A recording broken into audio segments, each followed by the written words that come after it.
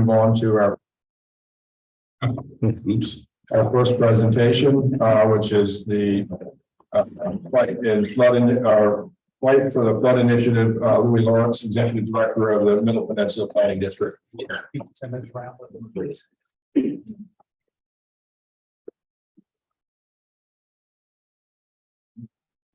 Dylan, what we got? You got a clicker for me? You can call out what the next Friday we're doing remotely today. That was something different. Hopefully it works. All right. Let me know when you got it all ready. June, you got it. Take it easy. Yep, I'm pulling it up. Give me one moment. Right. Well, while she's bringing it up, I'm Louis Lawrence. I'm the Executive Director for the Middle Peninsula PDC. And for our senators and delegates here, as you all for the last couple of sessions have referred to Delegate Hodges Day at the General Assembly, we're going to talk a lot about the fruits of a lot of the legislation that Delegate Hodges has been pushing through and how that relates to a lot of the rural community work that we've been doing in the water management economy. So we're going to run you all through a pretty complicated journey from where my commission, which is the 6 counties of the middle, town, said, Louis, don't let the people drown on your watch. Go build programs and solutions and protect the tax base and water quality for as long as possible against the threat of sea level rise and recurrent flooding. So we're going to run through the Fight the Flood Program initiative and what we've accomplished over the last 3 or 4 years, including the companies that we've been able to attract to Virginia in the water management space. And then about $26 million worth of public investment has now been accrued down to the private property level, protecting private property against water management challenges.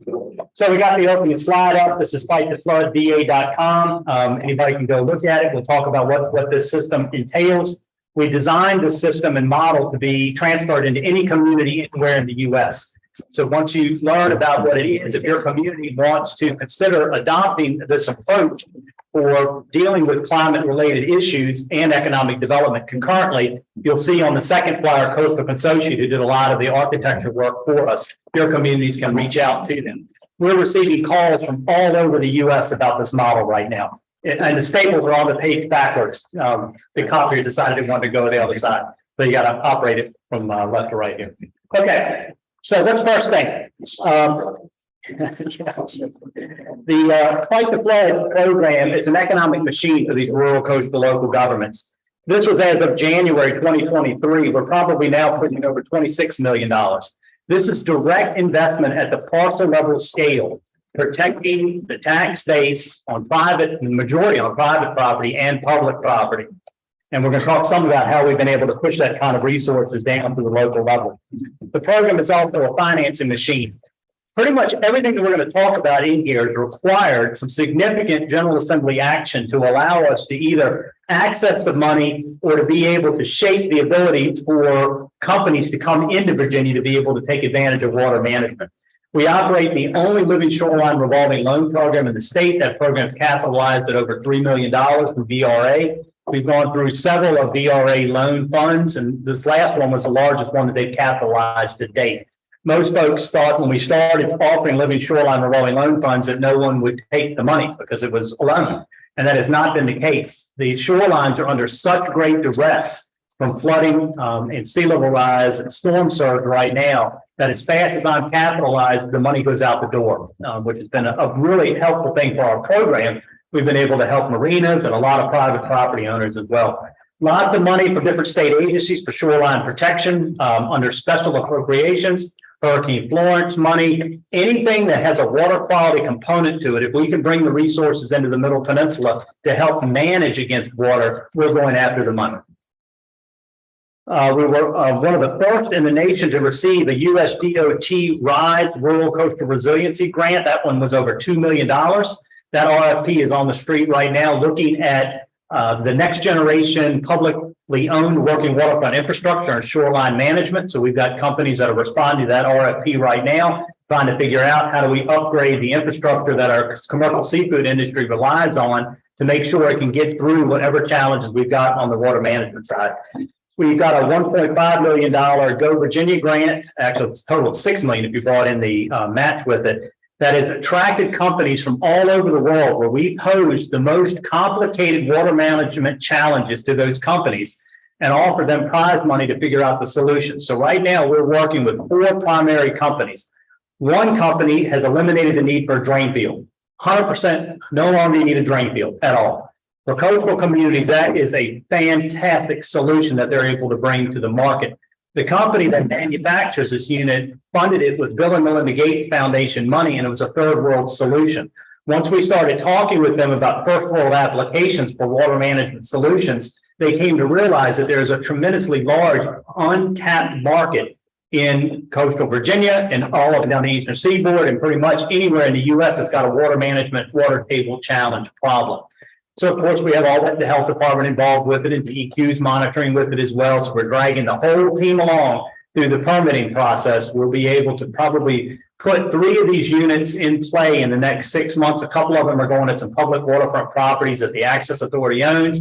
Some others are going into another public building, and that was another direct appropriations from the General Assembly to figure out how do we build next generation septic systems. So that one is really, really important. We've got some companies that are dealing with dredge material, turning that into concrete products, but we'll talk a little bit later in here as well. Virginia Waterways Maintenance Fund. This was another bill that Delegate Hodges and Rob Bloxham championed, and this is bringing significant resources back into coastal Virginia to deal with dredging projects because of the Corps of Engineers, what we call devolution, pushing that responsibility back down to the state government and local government. So through that Virginia Waterways Maintenance Fund, we have already run through millions and millions of dollars, making all of the creeks in the Middle Peninsula shovel ready for dredging, and then thinking about what do we do with that material after we dredge. For decades, it's been waste product. It just goes into a landfill or piled up on a dredge material field.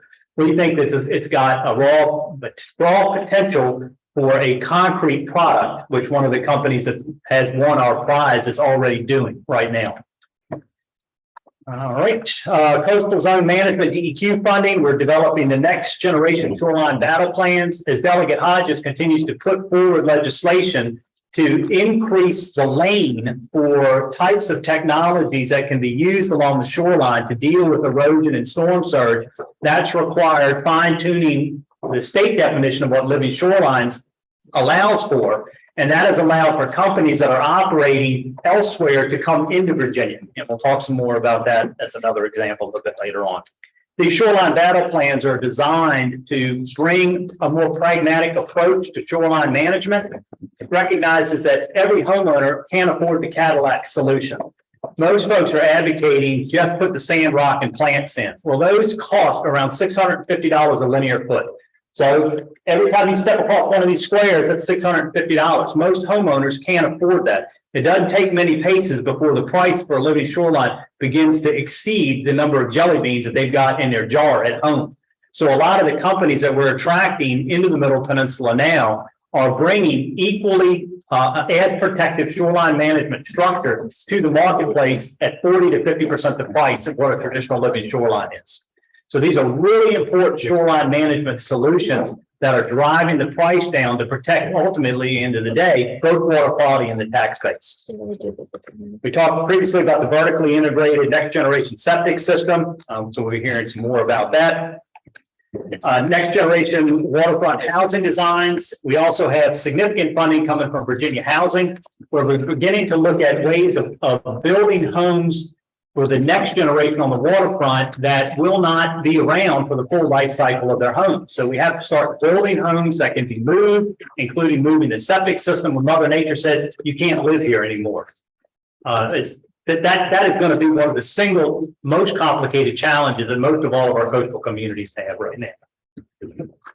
All right, whole bunch of active fight the flood grants we've got running in Gloucester, every county in the Middle Peninsula has it. We've got DCR flood fund mixed in with it. We've got FEMA funds mixed in with it.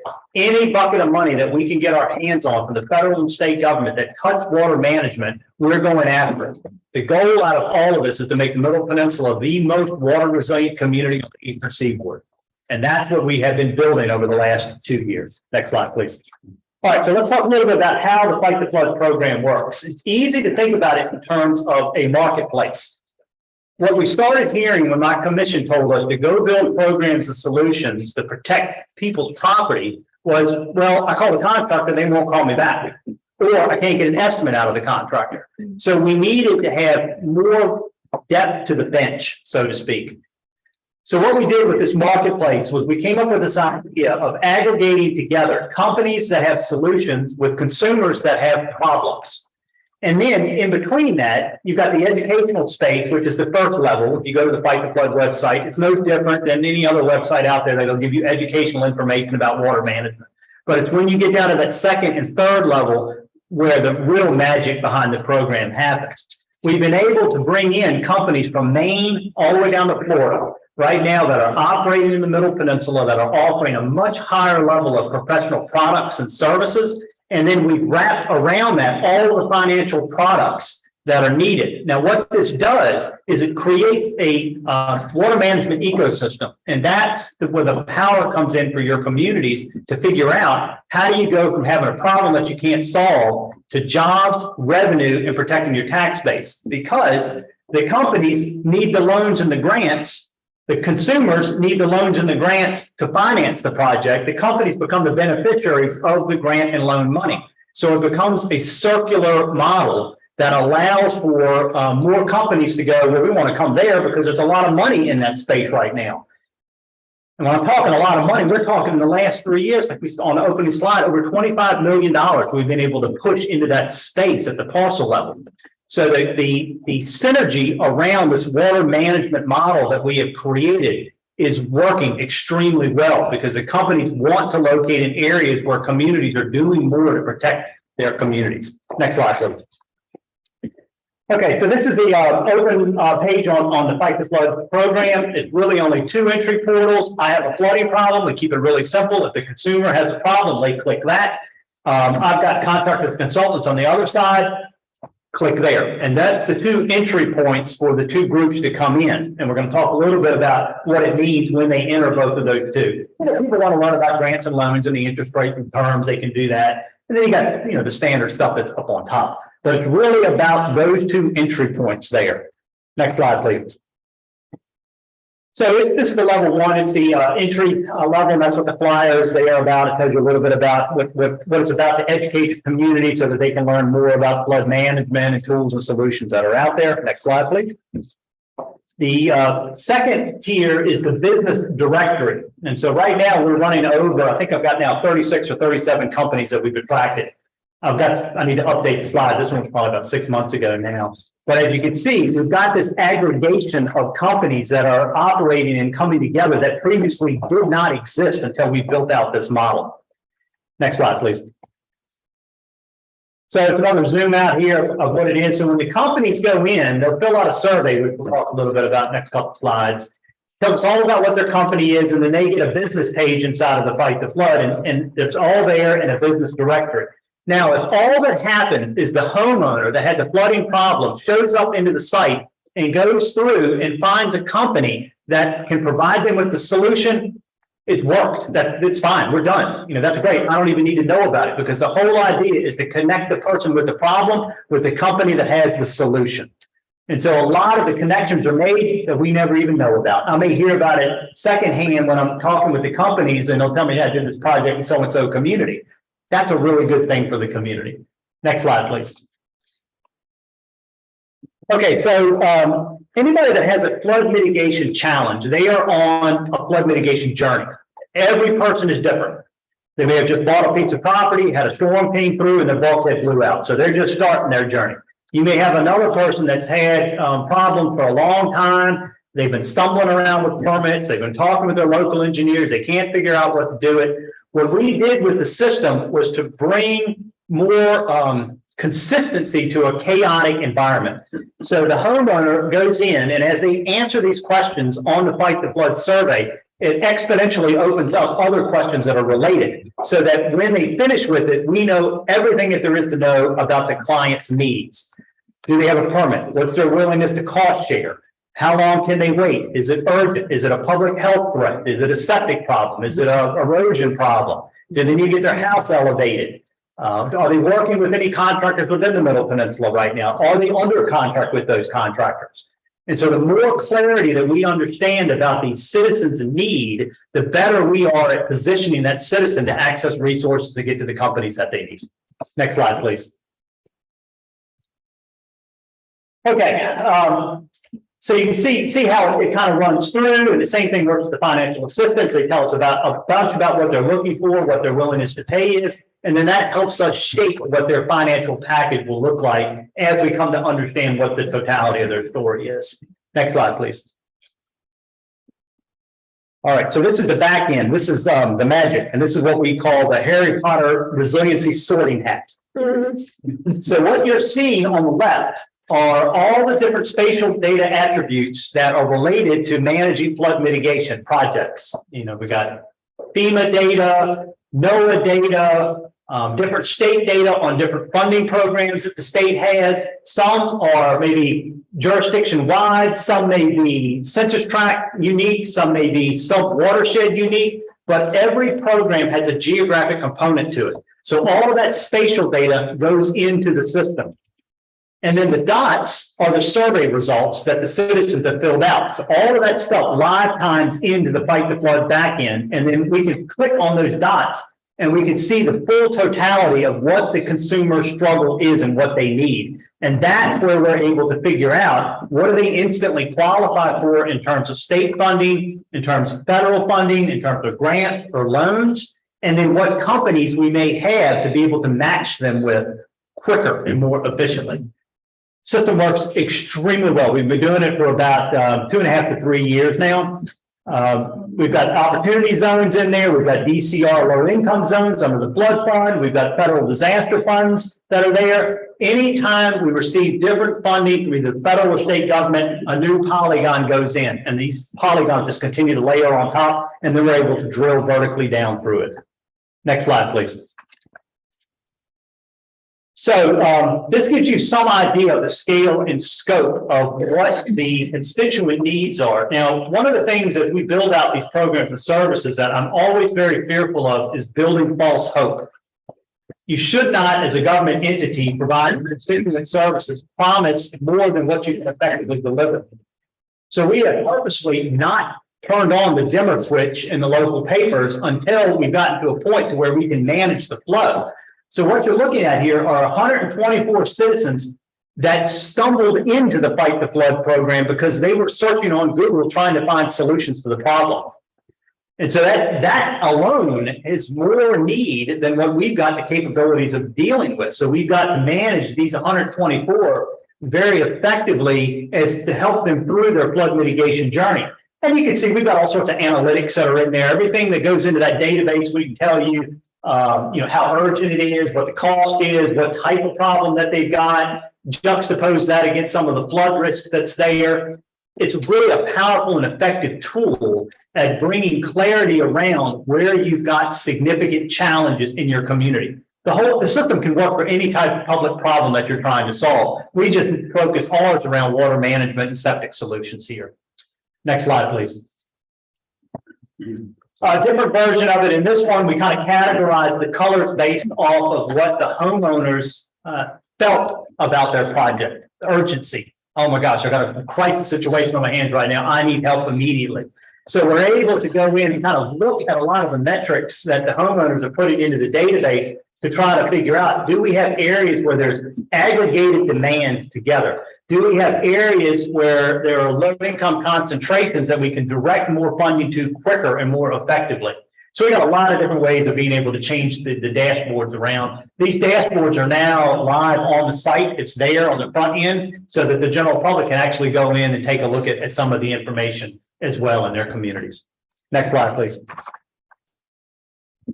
Okay, so this kind of shows you how it works from start to finish, where we've got a dot, and the dot is a problem. And so as we're looking through to try to figure out how do we turn a problem into money, which goes for economic development at the end, this one happened to be, we went to NIFWIP, we asked for a $200,000 grant. We had BIMS do the shoreline design work for us.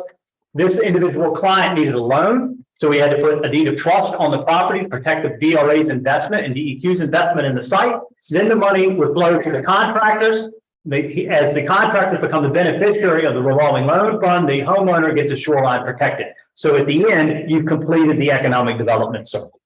I think, Ellen, that might be the last slide. And it's the last slide. Yeah, so I'm glad to take any questions that you all may have about this, and we could not have done this without the help of our delegates and senators. I mean, all of this legislation that Keith has been putting in for the last probably 5 or 6 years, it's all related to building out this system. Yes, sir. So the new style of alternative type of septic, is that a new company that's a new product that's being Yes, now brought to Virginia that's been authorized? Needed red tape to be implemented essentially. yes, sir. It's one of the companies, same thing with the dredge companies that we have now. And we try to, before we bring any of the companies in, we try to make sure they've got a lane. Can they go from concept to sale? And a lot of times we've got to widen that lane a little bit to be able to bring them in. But yeah, they're a Raleigh-based company. Because I would agree, there's probably a lot of demand if that word gets out more. This is the first I've ever heard of that. So I mean, I think there's probably a lot of demand. There will be a tremendous amount of demand. I'm already spinning my head for public projects we've got going on that could Yep. benefit from something like that. They, the technology that they use, they miniaturized HRSD's technology for injecting treated sewage into the aquifer. So they kind of shrunk the technology down. So the whole septic treatment unit is about the size of a refrigerator. And it could go in your garage, you can put it in your house. Doesn't make any difference where it goes. The primary thing was to get a $25,000 to $60,000 piece of engineered septic equipment out of the floodplain in your yard, where when you get the next tropical storm comes through, salt water goes through the whole thing, blows out the computer grain, messes up the treatment media now, and it's not insured. And so the homeowner's got a bunch of problems. So one of the tests that we wanted to come up with was how do we get that box there elevated above and out of the floodplain? And so the company came in and said, we can wheel this thing around anywhere in your house. They can do it on both gray water and black water, which is fantastic because that indirectly takes pressure off the aquifer. Because what they'll end up doing is they treat the sewage and then it runs through the system into a holding tank. And then when you flush the next time, it recirculates the treated water back through the system. So it completely eliminates the drain field. And it's cheaper than products that are on the market today. So we're really, really excited about that, what that company's potential is right now. Yes, sir. So is that injecting clean water into the aquifer, or is The HRSD does, but this one goes into a tank. I understand what Hampton Roads is doing with these individual systems? Where is the leftover fluid going? Are you pumping it all in that? No, so the solids stay in the tank like a normal tank would do. But the liquids run through the treatment system, and then once it's treated to the NSF standard, whatever the highest NSF standard is, it goes into a holding tank so that the plumbing is more of a closed system. So the next time you flush, it takes the treated water out of the tank and goes back and fills your toilet back up. So it circulates it around. That's what eliminates the drain field because you don't need to discharge with it. So now you're controlling the water consumption. And now it's just a function of how much water does the average family consume? And you have a tank with maybe a 20% margin on top of that. How much maintenance does something like that require? Same thing as an engineered septic system. They've said that it's no different than what you've got right now out there. You can use it to water your garden. You can use it to water your car because it's treated to that standard that's there. They were also looking at some hybrid examples where, VDH may, as we roll this out, may want to have some discharge into like a treated wetland area or something like that. So we're looking at a couple different models to be able to figure out which one is the most effective one. But they've got it. It is this one is really special. It's a really important one. The company that lands it, we want those companies in rural coastal Virginia because we can get them anchored here. With that comes high paying jobs. And that's what's really important at the end of the day. I think for all our coastal communities is we have to stop thinking about water as a liability and thinking about water as an asset and how do you drive economic development forward by bringing solutions. It's the biggest problem facing the coastal world. And so those communities that get there first, that anchor into that space are going to be miles ahead of the rest of the world. There's got to be some chemicals to this. There's got to be some chemical treatment to this system, correct? It's going to have the same type of treatment system that you would have for an engineered system right now. So it's no different than that. It's using whatever the treatment media. In this case, the treatments are these like carbonized filters. So when your light comes on in your refrigerator and you punch the button and out comes the sleeve and you go down to Lowe's and you get a new one, you punch it in your refrigerator, same kind of model. So they'll be able to take their treatment units and you can buy them retail in Lowe's. So you go in when your light comes on, you go down the Lowe's and you buy your 2 new things and you plug them in your box and you ship the other 2 to wherever you ship them to. Hmm. I'm gonna get Delegate Hodges to come back and give you all some presentations on that. Yes, sir. Is the tank like a standard septic tank or is it something special? The, for the solids, it's still gonna be the regular tank. So, you flush and everything goes into the regular tank. And then the liquids come out of that, run through their treatment media, and then it goes into just a large PVC type holding tank of whatever design specs, can handle, treated wastewater that's coming out of NSF standard. And that tank would be pumped from time to time. Well, that tank wouldn't have to be pumped because that next time you flush, it's pulling that treated water out of that pre-tank. Even the solids. The concrete still needs to be pumped, but we're not particularly worried about that. That's not where the real damage comes from in the storms, because that's theoretically that's sealed. And so the solids are there and you still got to get it pumped out. It's dealing with the liquids that we set off on to try to figure out how to fix. Yes, ma'am. So is this new design, it's not out to, it's going to be sold to regular plumbers and septic companies? When will this become common knowledge? Because it's the first I've heard of it. I think it's a great idea. Yeah, because it's taken us 2 years to run these companies through the business competition, to run them through business training. Then we made them go get under contract with natural manufacturers, because it didn't do us any good to have some scientists in a laboratory that came up with it that could not figure out how to bring it to market. And so we did not release any of the funds until they actually had a real manufacturer on, and they do. So they've got one of the nation's largest manufacturers now under contract for them. They have just probably 2 weeks ago manufactured the first 3 test units that are going into the Middle Peninsula, and they've been shipped up. So we own, taking on my PDC hat, put on my public access authority hat, we own probably 5,000 acres of waterfront property scattered all over the Middle Peninsula.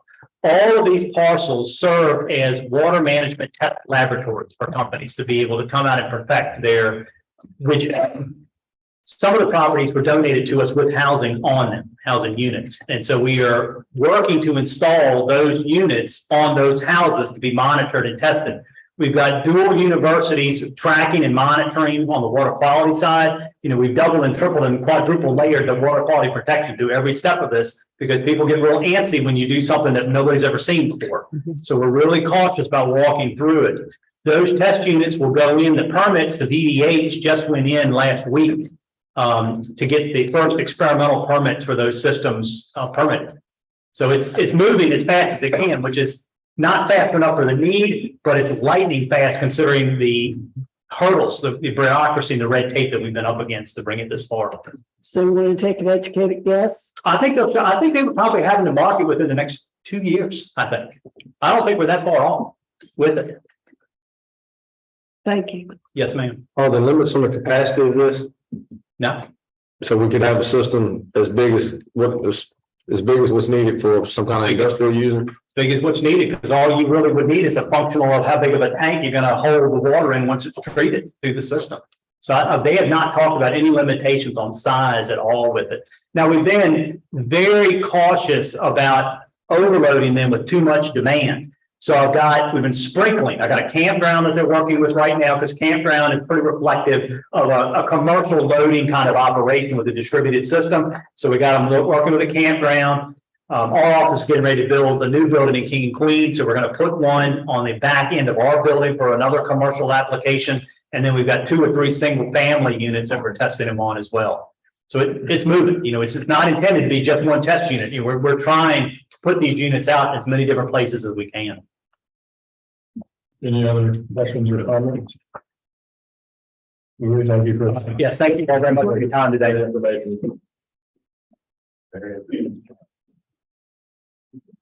That's probably, I think we need to break up. Take the tape roll there.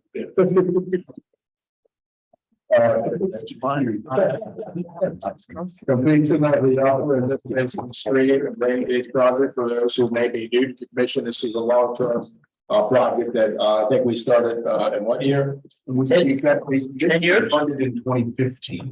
So it's kind of done started in about 12. I think it's kind of like indicative of how like government operations can work tied in with technology changes over time and trying to keep those two cycles running together and often be difficult, but it's glad to be here at this point for the completion project. So look forward to hearing the final result. Definitely. And I have not been here since 2015, so. All right. Let's go. So we'll go to next slide, please. Zoe. All right, good afternoon, everyone. It's good to see everybody again. My name is Stephen Pyle, and I work for the Virginia Department of Emergency Management as the team lead for what we call our flood intel unit. So our two core areas of responsibility across the Commonwealth are one is our flood monitoring network, which are gauges, what we'll talk about today. And then our second hand is kind of working hand in hand with the National Weather Service to provide better intelligence and being smarter about flood operations, especially before it hits. So what we'll talk about today is the completion of this project. It's actually being completed tomorrow, so it's really good timing here. So we'll talk about kind of how it will work. So these gauges across the basin, especially in the upper part of the basin between Fauquier, Rappahannock, Madison, and Culpeper, and a couple of the towns up there as well. We're going to collect water level and rainfall data via technology, which are to determine if and when it'll may flood, how much lead time we may have to do that preparation, and what are the potential impacts and how those mesh with decision making, your planning at that locality level, and then also resource allocation to better help prepare for these floods as well. We talk about feeding the model. So the more data we have, the better modeling the National Weather Service will have, because they are direct partner and customer along with the localities, accessing historical gauge data. So when you do have a larger event, whether it's tidal, riverine, flash flood, it's good to have these gauges go out there, because when you go to make the locality goes to make their claims with FEMA. They do ask for various documentation, and we can go ahead and pull that data for them. So say it rained 11 inches in 8 hours in the locality. At one of our particular gauges, we can pull that data, and that can serve as the proof to that claim, and to that can tie directly to that damage. Also, the benefits of recreational and marine use. Those are pretty obvious, whether you're kayaking, boating, fishing, etc. You may want to know the water level at a particular site. That will help with that. Next slide, please. All right, so this is the current status. So we had 16 total sites within this project. Like I mentioned, mostly in the upper Rappahannock River Basin, and one I'll talk about in Rappahannock, which Eric will be excited about. We'll talk about with them. So these are the installed gauges here on the left-hand side. So this is a mix of water level and rain gauge, and we'll kind of go into like what each site looks like in the next couple slides. The install schedule here is on the right side. So the first four of that install schedule are happening today. And then the last three, which are the two weather stations, as well as the water level rain gauge and the town of Culpeper, are happening tomorrow. Next slide, please. All right, so we'll kind of talk about what the gauges look like, how they work, time reporting, all that good stuff. So this is what we call a standard range ultrasonic gauge. So in the basin, so we may have smaller creeks and rivers that the bridges don't sit as high off the water. So these are our standard gauges, very low footprint, power, cost, maintenance. You see the measurement accuracy there, very close. Back in the day, probably 20, 30 years ago, flood gauges were these 75, 100-pound pieces of equipment that either sat on a bridge or were installed next to the water. I'll sit here and say today, it's kind of like flat screen TV technology. Back in the day, it weighed a lot, but now very light. So this particular gauge, it weighs about everything together between the solar panel, the junction box on the gauge, probably this one, probably 8 pounds. So super light footprint, very low maintenance, doesn't need a lot of TLC. Check it a few times throughout the year, just make sure everything is good, but mostly we can see everything remotely. So it does have an anti-insect shield to avoid various varmints hanging out in there in the cone of that. So as I know it's kind of hard to see there, but at the end of the arm, that's where that ultrasonic beam goes down to the water and measures that water level with that. So we have two different types of telemetry that we utilize throughout the state. One being LTE, so it works just like your cell phone, right? There's a SIM card in it, and it reports every 15 minutes, it collects that data every 15 minutes, and sends it to the Weather Service. Then we also utilize, where we don't have cell service, what we call GOES, which is a variation of satellite service. So that reports every 1 hour. But if we do have an event that comes in, a storm that happens, we do have what we call random transmissions in there. So we're going to work with the weather service, and establish those various thresholds. So if the water gets up to X, it'll automatically report then, and it doesn't wait until the next hour to report. Because if we do have that delay, then that delays whether the flash flood warning, the flood warning, whatever it may be, so that we can better prepare our localities for that. So these are the particular sites that you see that will have that particular gauge there. And then the orange arrow notates this particular gauge, which is in Rappahannock County on Route 211 at the North Fork or Wharton River. Next slide, please.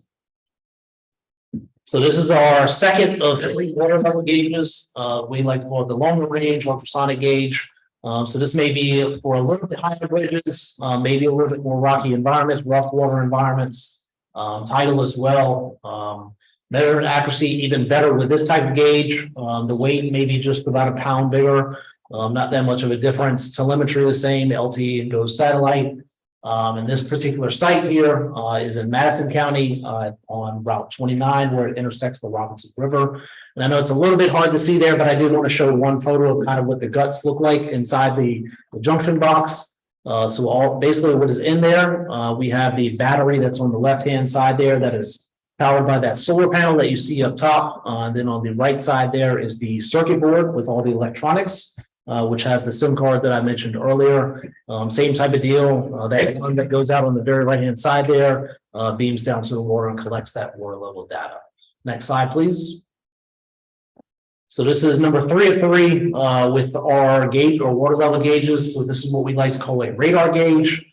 This is for very large bridges on the depth that you can see from the bridge down to the water level. So this provides very precise readings, plus the ability to ignore any obstructions, debris, etc. You can see the measurement accuracy there, still very good. Weight, just a smidge higher than the previous 2. Telemetry the same. And this particular site that was installed, it was actually yesterday, is in Culpeper County along the Rappahannock River at Route 3. Next slide, please. All right, so moving on to what we now know as a precipitation sensor, aka a rain gauge. So the rain gauge, you're probably looking for it there because you're probably used to like a big bucket or something like that, is that very small circle that sits on top of the metal pole at the very top there. So that gives us a measurement of the amount of rain, the intensity, the droplet size, as well as the velocity as well. So this weighs about a pound, a little less than a pound and a half. So in this particular project, we don't have any standalone rain gauges themselves. They're what we call duo sites. So that's a water level gauge as well as a rain gauge together, because we say, hey, if we just want a rain gauge around the corner, we don't need 2 separate sites. We can just put it together as a duo site. So this particular gauge is in Madison County along the Conway River. We're right at the border of Greene County, and that is along Route 613. And like I said, it's very little, it doesn't take a lot of maintenance. So that one was actually installed yesterday as well. Next slide, please. I don't have a very action for this one because the weather stations, like I said, are being installed tomorrow. So part of that's just in the workshop there. So this is what we call our smart weather sensor. So this is also known as basically a full weather station. So you see these at airports and things like that. So it detects wind speeds up to 167 miles per hour, gives us any type of weather parameters you can think of: wind speed, direction, rainfall, snow, humidity, air temperature, pressure. And then these 2 stations also have a heater in it. So it'll help out with any type of snow operations or winter operations during that time of the year. We're going to have 2 of these. One will be at the town of Warrenton Water Treatment Plant, and the other one will be at the Sperryville Volunteer Fire Department. Next slide, please. All right, this is the junction box that you see attached to each station. It is designed for outdoor use, weatherproof, waterproof, corrosion resistant, stainless steel hardware.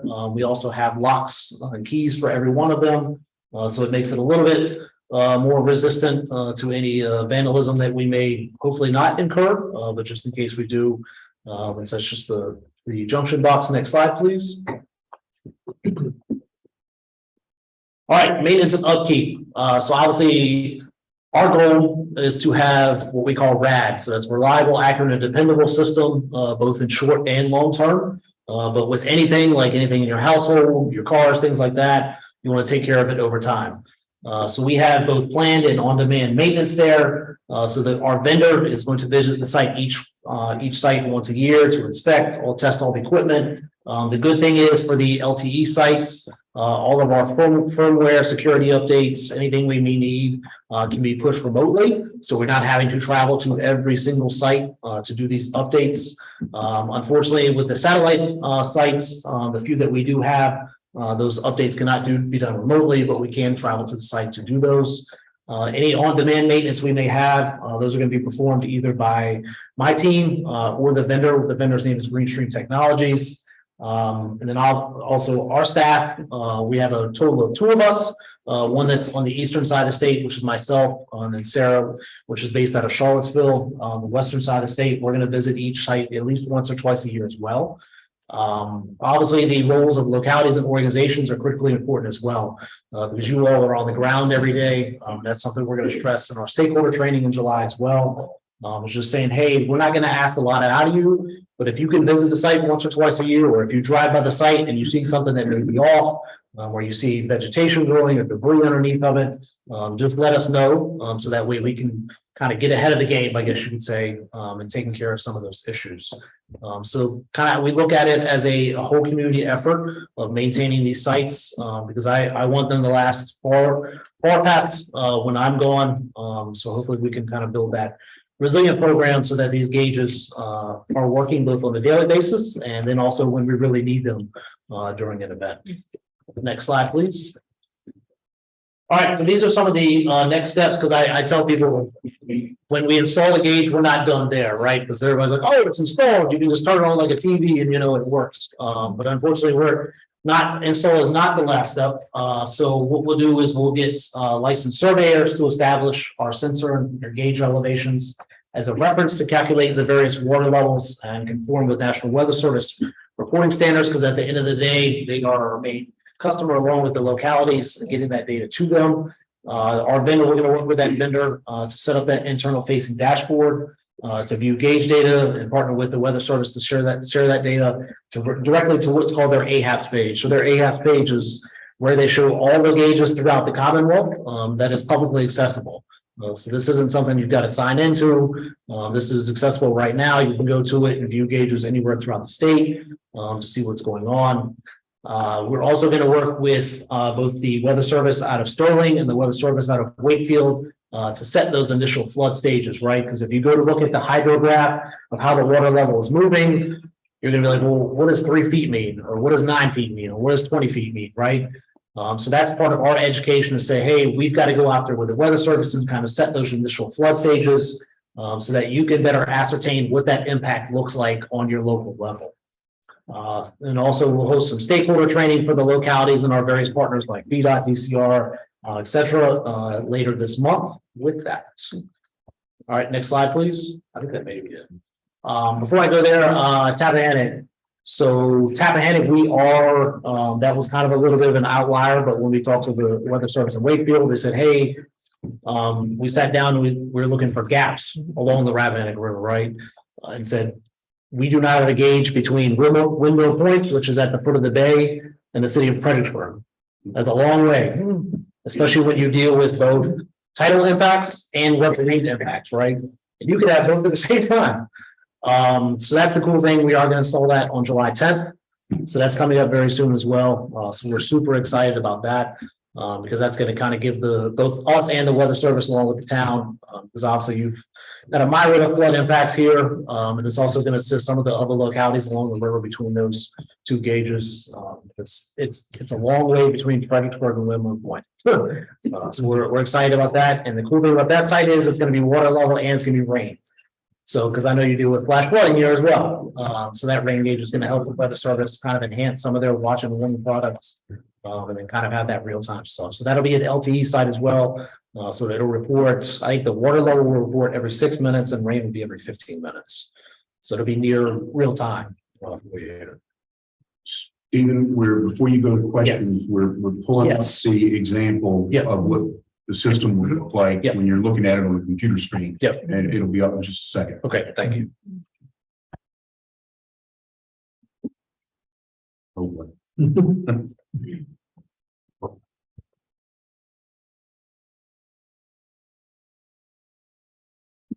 There we go. All right, Jillian, can you click on that first one, which is Asheville Park? And then can you click on the three lines of that top right-hand corner? And it should be 2 days, if you can. There we go.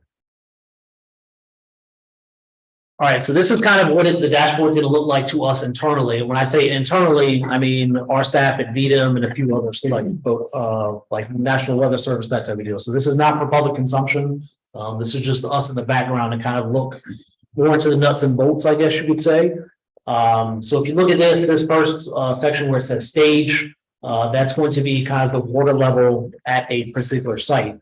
And when I talked about earlier about impacts and minor, moderate, major, you can kind of see where those lines are. So once if the water level starts to get to those, that's when we know we're potentially in trouble, right? So this particular gauge, so this is the City of Virginia Beach's dashboard. Our dashboard is not ready yet. It'll probably be sometime in July.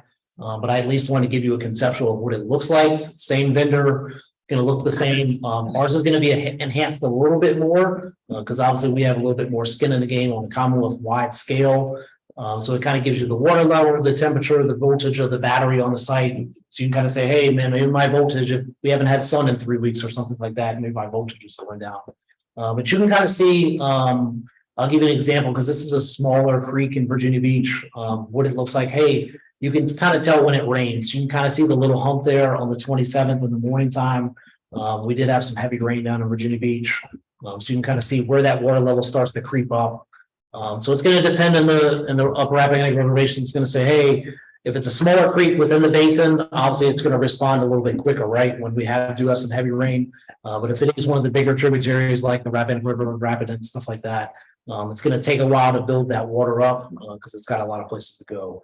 But we did try to focus on most or more areas that are more prone to flash flooding because obviously that's where we run into issues when we do have those heavier pockets of rain, like we saw in Madison County or otherwise. That's kind of a Commonwealth-wide idea that we're looking at because you have a lot of whether Weather Service, USGS gauge, DEQ gauges out there that tend to focus more on the larger watersheds, like your James River, Roanoke River, that type of deal. But we did want to focus on more of the smaller parts of watersheds that were prone to more flash style flooding, because that's where we start to run into issues in an hour or less times, maybe way less than that. So yeah, that's just kind of what the dashboard looks like to us internally. But I'll be happy to give kind of the public facing. Stephen, will local emergency managers have access to that? Yes, yeah. So that'll be part of the stakeholder training later this month that they'll get is access to the dashboard. Yep. Any other questions or comments? So congratulations on being the last man standing.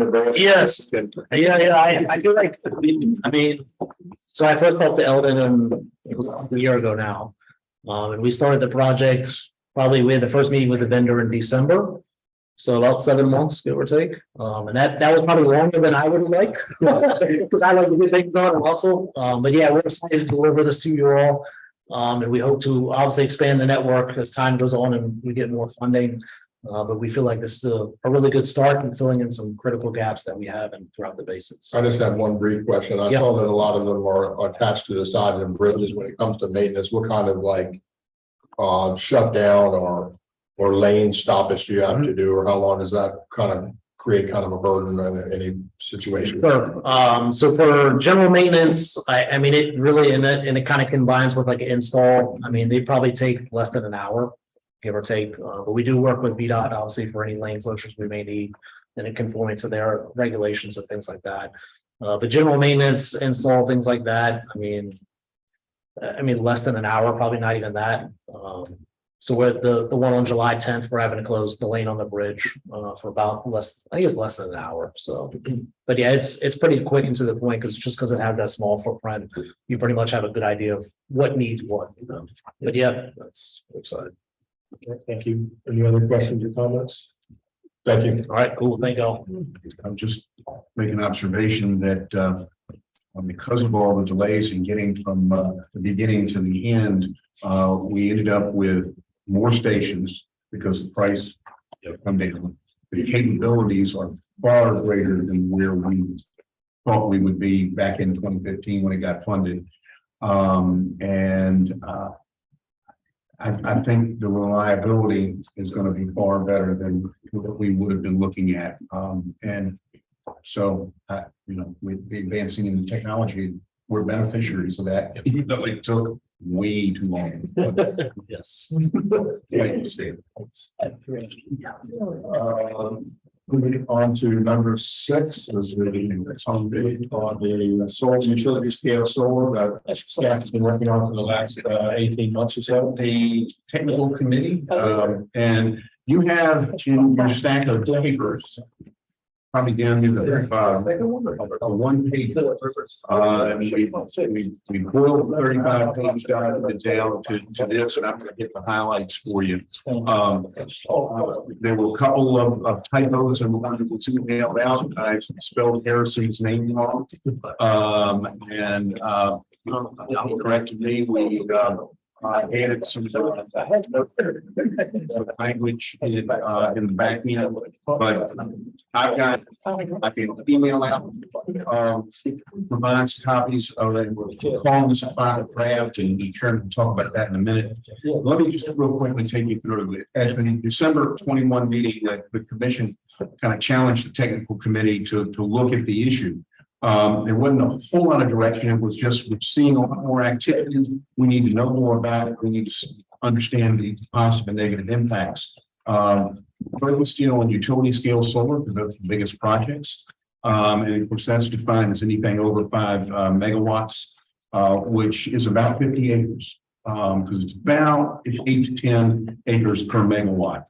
The technical committee took the approach over the course of 2022 to invite in all the stakeholders we could identify and listen to their perspectives.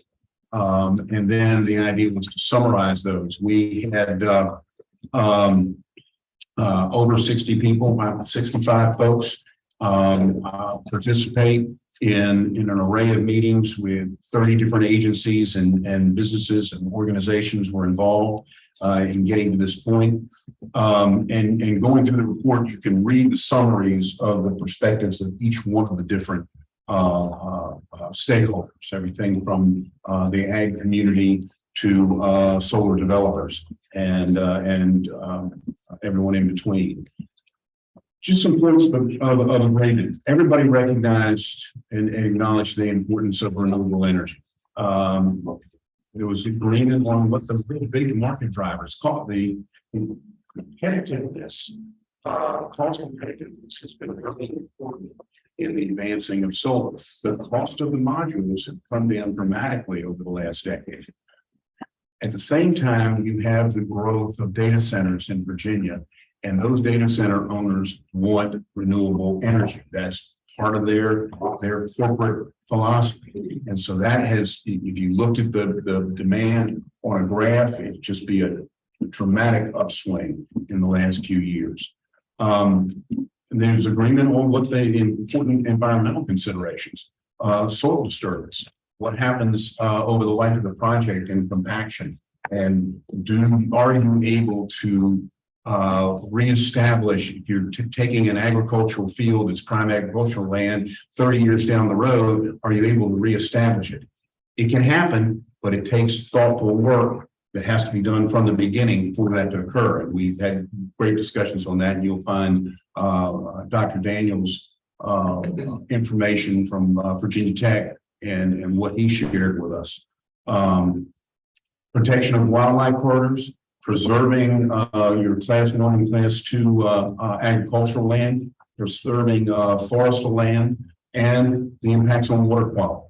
Everybody agreed. You had different opinions about how to deal with it, but everybody agreed those are the prime environmental issues that need to be taken into. I didn't see decommissioning and what happens to the toxic materials that are in there on the list. Is that something? And that's part of what I'm referring to. The biggest issue in the decommissioning discussions that we had was the soil impact. There's a report that just finished, and I have not captured it here, on the disposal of the panels. That is that will continue to be an emerging issue. Was there any discussion in this as well as if any of those materials, some of them are not good for the soils of the waterway, leach into the water systems in addition to just runoff?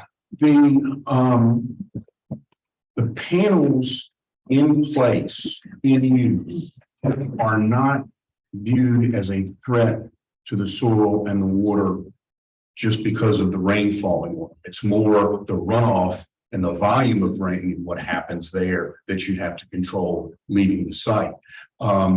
The impact that you're concerned about or expressing is more when you take them apart and you're disposing of them. Yes, but you can't tell me that if there's a hailstorm or a windstorm and some tree limbs come and break some of the panels, that none of those materials, which are considered somewhat hazardous, don't go into the soil. So that should be part of the conversation as well. And I'm going to talk about that more generally in a minute, but it's a broader issue than just that. And you're right, I can't tell you that.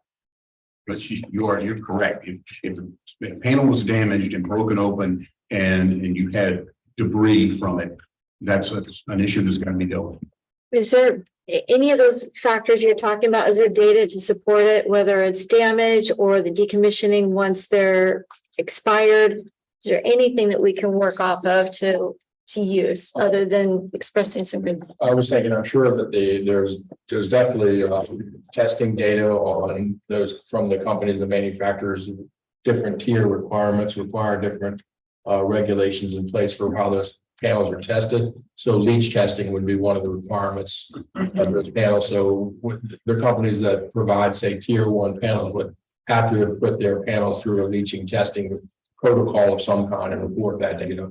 Is that Yes. testing independent or from the manufacturer only? I don't know if it's independent or if it's just directly from the manufacturer or not. It may be a combination of both. I'm not sure if there's industry standards or separate companies that do that testing, kind of like UL does it for electric type of stuff.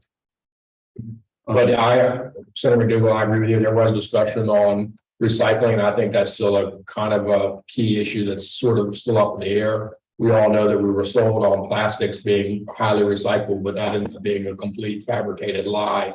And we're dealing with the consequences of that today. So the more that the regulators and the more that we can do to get in front of that issue and not allow that to occur again, I think is a key point that we need to continue to focus on. It seems like it's a part of the ongoing discussion, just sorry to hijack your term, but yet we're still rolling. We're moving and it's not getting in front of it. That's my concern. I will add from the work that the technical committee did. The technical committee recognized we weren't going about this as a scientific study. This was a policy discussion. And what are the important policy considerations at both the local level and at your level, the state level, as we move forward? There are things that we agree on. There are things, the various stakeholders, there are things that we don't agree on. And there are things that rose to the top as issues that need to be further considered. That's one. Yeah.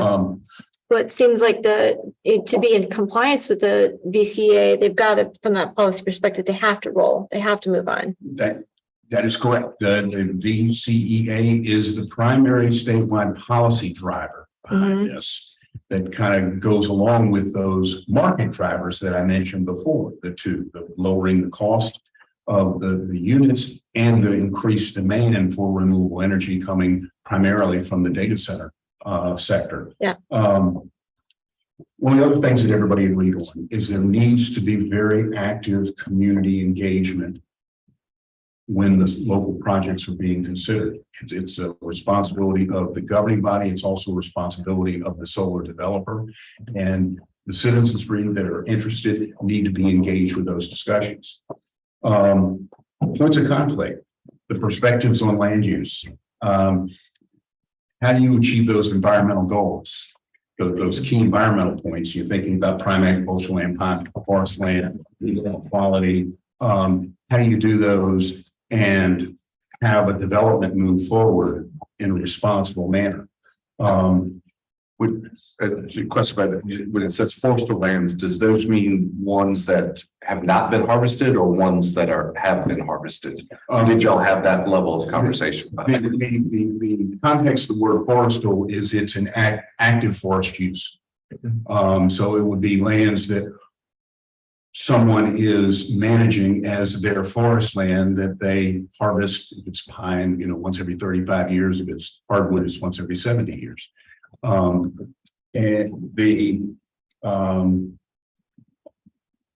Some communities feel, let's focus these projects on brownfield sites. Let's focus these on reclaimed mines. That's actually going on, experimenting with in Southwest Virginia. Nature Conservancy is hard at work on that.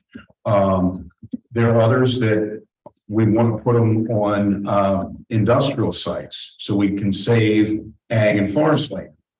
There are other communities that say, wait a minute, we want it on ag or forest land because we've invested in infrastructure on those industrial sites for more traditional industry. So you've got within the local government community, you've got very different points of view of what's right for our community. To be in compliance with the VCA, have we identified how much? I've heard different percentages of what. Great question. 10%. Nature Conservancy, and it's referred to in the report, and you've got links to it, has done an awful lot of study work, probably more than any conservation group in this subject arena. And they've come to the conclusion that if you look at all the numbers, the requirements of BCA, the prime ag land in Virginia, the prime forest land, there is plenty of room in Virginia with thoughtful decision making to meet the demands of the VCEA and conserve land as needs to be conserved. Based on just running the total numbers and their maps referred to in the and I guess I could show them here, but I don't have them. I'd love to see those You have maps in the report. Yeah. And then I'll jump ahead just for a second. The back couple of pages is a list of links to where you can access these various resources that answer the kind of questions that you're asking on a much more scientific and technical. Yeah, is it proposed disrupting some, I mean, we've got urban areas, we've got the mountains, and then we need access to sun for this. So does that change the calculus from, I don't know, 10% to? Let me, Eldon, now, sure. I just want to make sure I understand it. I didn't support the VCEA because I think it's a goal that's unattainable. It's just silly, quite frankly. That was set out, but it doesn't mandate anything on the localities that I'm aware of, does it? I mean, it says we're going to try to achieve.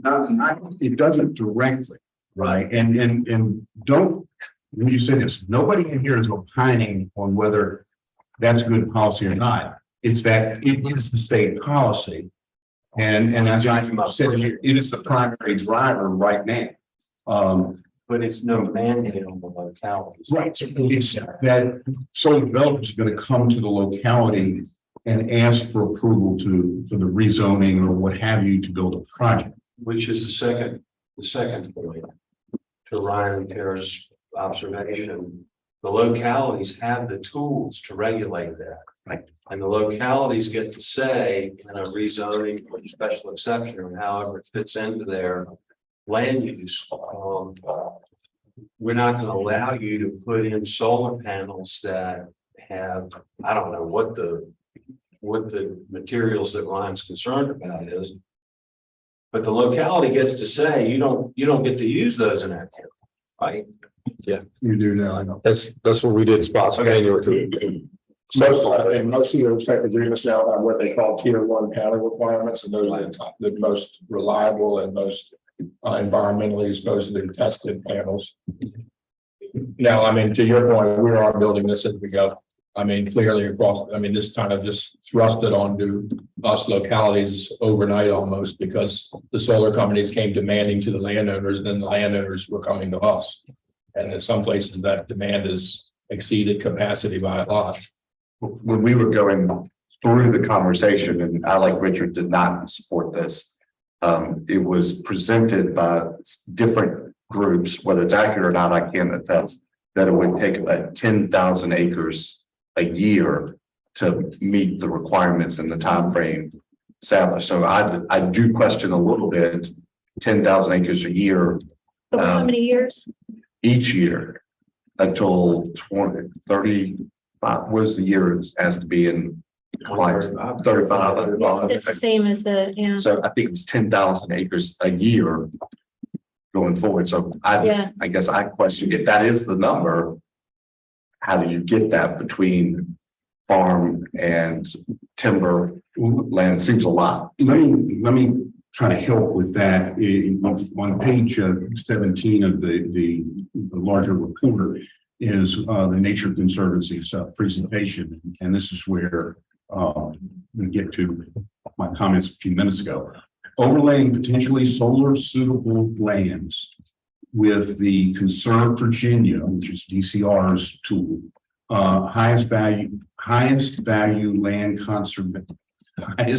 conservation lands, and identified over 2.2 million acres of solar suitable lands that should be avoided. The net available for solar development while still conserving the highest priority conservation lands is over 6.4 million acres. The VCEA calls for 15,100 megawatts of energy from renewables, which equals 161,100 acres. If you cut the land suitable for solar in half, in other words, from 6.4 to 3.2, and double the land required by the VCEA, 322,000, the Nature Conservancy opines that we have 10 times the land needed to meet our goals and avoid inappropriate negative impacts on conservation efforts. Now that's your big picture. What it means, though, when you're making the individual decisions, you've got to drive that down and balance that conservation of ag land, forest land, and what's the most suitable for solar. And what was I'm just curious. So this is one entity's determination of what's suitable and what's not. I didn't look at the drawing. What is that? What is good land versus not good land? Let me give you there's a two-part answer to that question. The Nature Conservancy probably, as one entity, has probably done more work in this area, more study in this area than anybody else we could find. Okay, more comprehensive study. Everything we put in here, we put out to those 60 plus people representing all those perspectives. Nobody challenged this number. Not the solar developers, not Dominion. And so there's agreement that when you look at a big scale, it can be done. That gets you to the point of, okay, now we got to make the individual Spotsylvania County level decisions, which what I guess my question is, what is the determination of land that is a higher use for agriculture or forestry versus land that is not a higher use? So that would be, what is that delineation? One of the Is it profit margin of the crops produced? What is, how do you get, somebody's made it. Where that number is. the signal came out of our, and I'm going to let some of the farm people help answer that. Yeah, I'm ready to go. What the determination that was brought to us, and this includes from Dr. Daniels with Tech, is focusing on the class 1 and class 2 prime agricultural slopes. And if you're preserving those, you're preserving the most productive agricultural lands in the Commonwealth. Okay, I'm gonna let my farmer expert go. Mike Weber has a study on it. Are you ready to let me go? Go. I've been quiet and good, but first of all, we're back to localities is the best government in the world, so every county the wise decisions, I hope. But let me make something that I really feel like everybody in this room has good common sense. So let me say what's really on my mind. And then you all can kick me We're supposed to learn from other people's mistakes. And Europe was way ahead of us in wind power and solar power. And they've kicked them both to the curb now and are building nuclear facilities, and believe it or not, still coal-fired facilities like they used to. Wind and solar is not on the cutting edge anymore in Europe. They've learned their lesson. I honestly believe in 35 years from now, when a new solar farm has run its life expectancy, it will be so obsolete that I don't think it'll go back again. But none of us in this room probably will be alive to see what replaces it. But I think we're almost eating up too much of our natural resources. You know, I love the Northern Egg, and everybody in this room loves the Northern Egg. And there's nothing about a solar farm or a wind farm that turns me on and lights my candle. And I think we owe it. I want you to stop and think about the history of Virginia a minute. I'm for business, clean business, new business. But do you know, for 250 to 300 years, farming and fishing and forestry has carried us. So let's not destroy what we got that made us, or something that I question with wisdom and integrity. And if we're buying the damn solar panels from China, I don't know what's going to leak out of them. So I think it's time for all of us in this room to get smarter. I will be quiet at this point. Would like to add on to that a little bit too, because when you talk about your prime soil, you're talking about row crops mainly. You talk about row crops mainly. You talk about prime soil. Even these soils that are not are very valuable because of the timber operations. And when they're sucking up a large area, then you're taking away the timber. And the timberland is being cut smaller and smaller, and you have a lot of trees, don't get me wrong, but they're not timber operations that are economically operations. I think too that and the Nature Conservancy did all their numbers, but I don't know if they looked at the economic impact, market ability, because the class 1, class 2 soils will command the higher prices. And they're going to look where these sites can be located efficiently, where it will serve the most. And if it means taking out class 1, class 2 soils, that's what they're going to play for. Because the market, the numbers behind it is going to be market driven.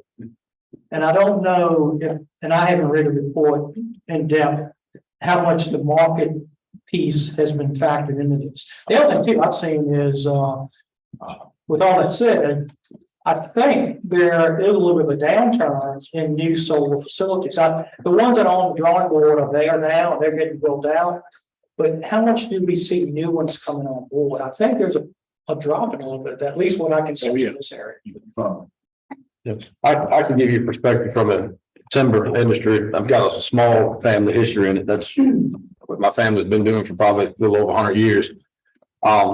Right now, with the timber industry and the way the forestry department is set up on the programs out there to replant after we cut a piece of timber, it's gotten more expensive. Yeah. A man that's row crop farming, a man that comes, all these pretty soybean fields and corn fields you see on the way out here, that farmer gets a paycheck every year. The man that owns these pieces of timber out here where we're cutting pine trees gets a paycheck once every 25 years. So when that solar developer comes in and says, hey, you sign right here, $700 an acre per year. Well, when we see inflation and the price of lumber go up, the guy growing the pine trees that owned those pine trees, he didn't see any prices go up. And this has been ongoing for years. But, a 2x4 at Lowe's, when I built my home back in 2009, I think I paid $1.12 a piece for them. Now they're $4.50. The price of timber hasn't gone up per acre $20 since 2009. So that landowner that owns 200 acres of pine trees, from a financial aspect, he'd be an absolute fool not to sign that paper. And you lose that resource. And grape farms the same way. They see these big prices, so and they can't get that Crops, so it's the same thing. Yeah. And Ronnie, I think in their data, it's a macro picture of what is potentially possible. No, it doesn't factor in economics. It doesn't factor in local political environments or any of that. So if you start factoring in all those things, that number is going to dwindle down to probably 10% of that. In my opinion, by the time you factor in all those other different local factors that could take play.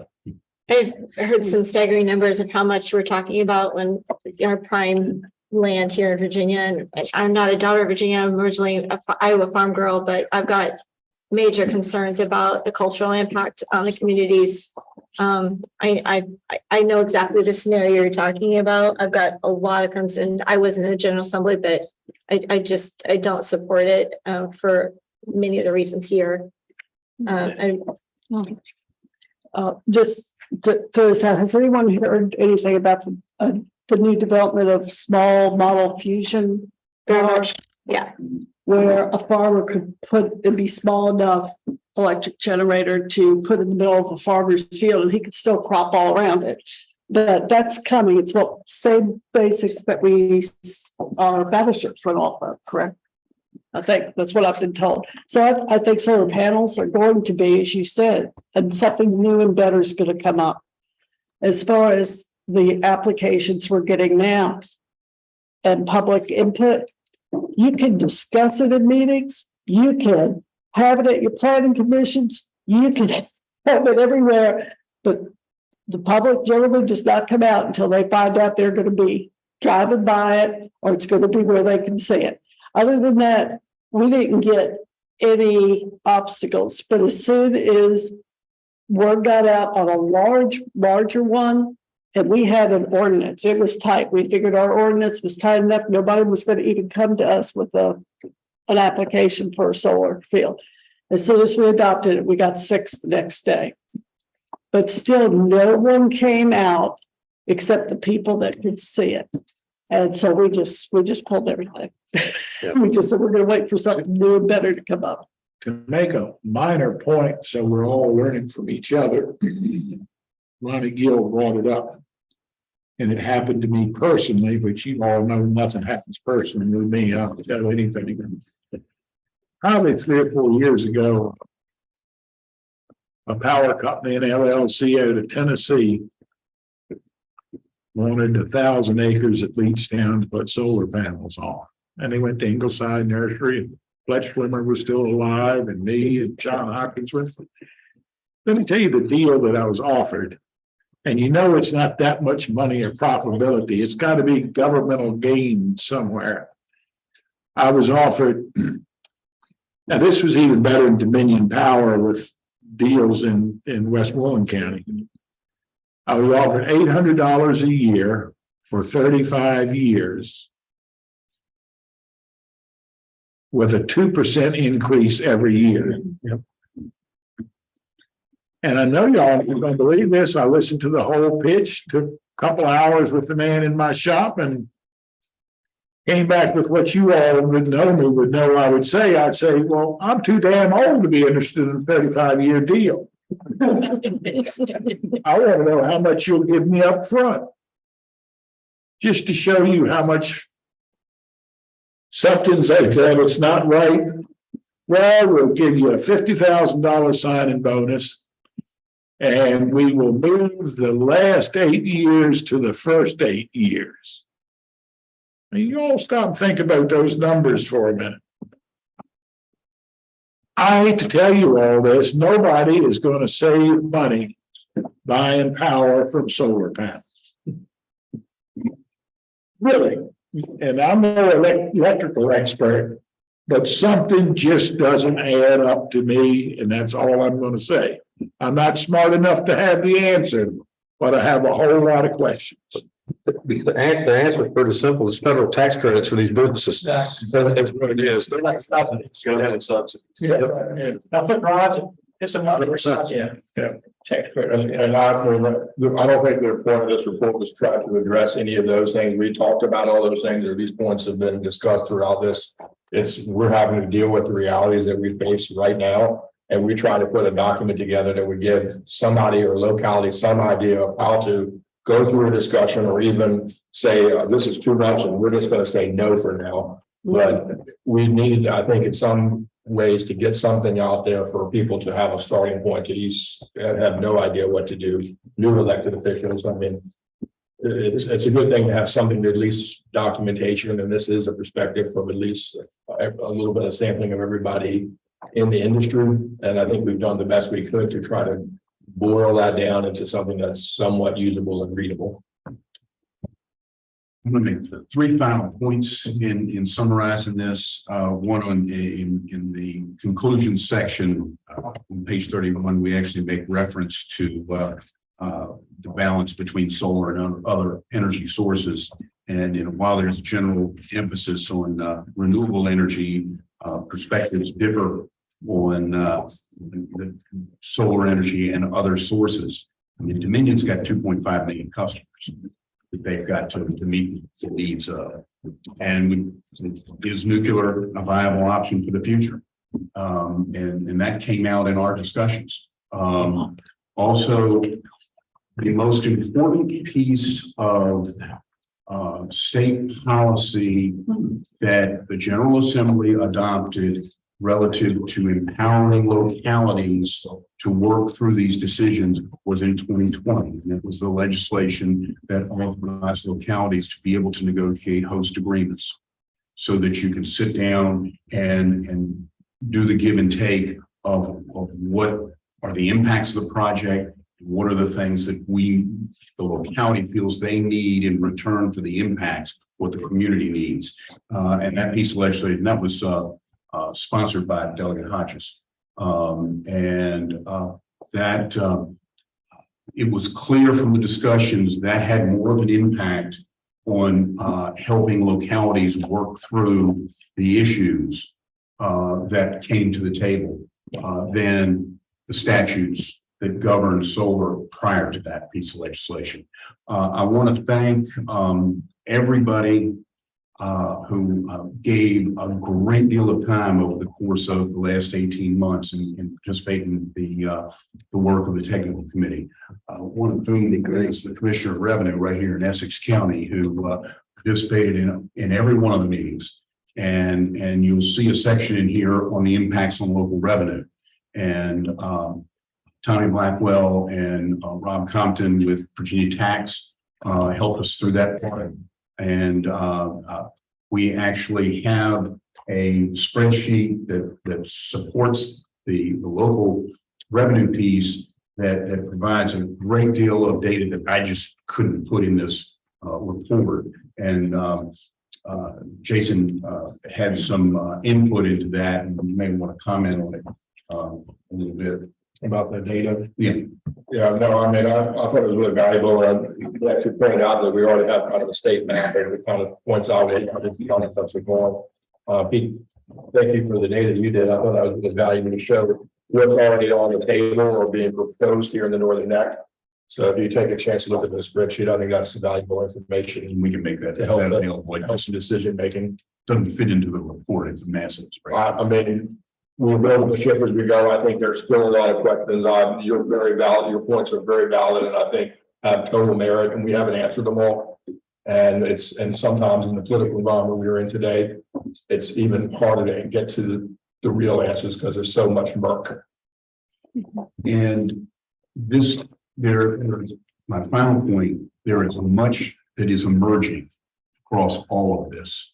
And we had stuff that came up in the latter part of the discussions last month, the month before, that wasn't even a thing when we started this process 18 months earlier. And one of them is agrivoltaics. And I had to figure out what that meant. And basically that means the refinement of agriculture in these fields, whether that be row crops, whether that be sheep. We're actually finding, Elton, that there's some varieties of vegetables that grow better. Right. Because the panel produces shade and the water runs off the panel onto the vegetables. And, typical varieties of tomatoes will yield twice as much as they normally would Without the damn panel there. And see, I didn't even know agrivoltaics was a word 2 months ago. And Richard just talked about. That's exactly. We're gonna have the next technical committee meeting, we're gonna be talking about some of that, because that really has emerged, and some of the economics of that, to where you're actually continuing to have viable agricultural activity. I mean, I think a key point too is that 40% of our current farmland in the country is dedicated to energy production. It doesn't produce food. It's going into ethanol or other things that are producing energy. So if you're transferring those 40% to a different form of energy, you're not really technically losing farmland. You're just converting it to a different kind of energy production. Can I ask, what is the ultimate objective of this endeavor? Is it to make recommendations that we're gonna vote on? What is the goal? Is it informational? Or is there? We're gonna jointly answer that question. Okay. Because the assignment in December of 21 was, we got an explosion of this kind of land use. We need to know more about it. That was the sum total of the discussion. And I looked at him after the meeting and go, okay, so what are we gonna do about that? And we brainstormed to focus one on utility scale rather than community scale, which is smaller than 5 megawatts. Because we need to choose a rooftop. Look at the thing that really has the bigger impact in terms of changing landscapes and economies.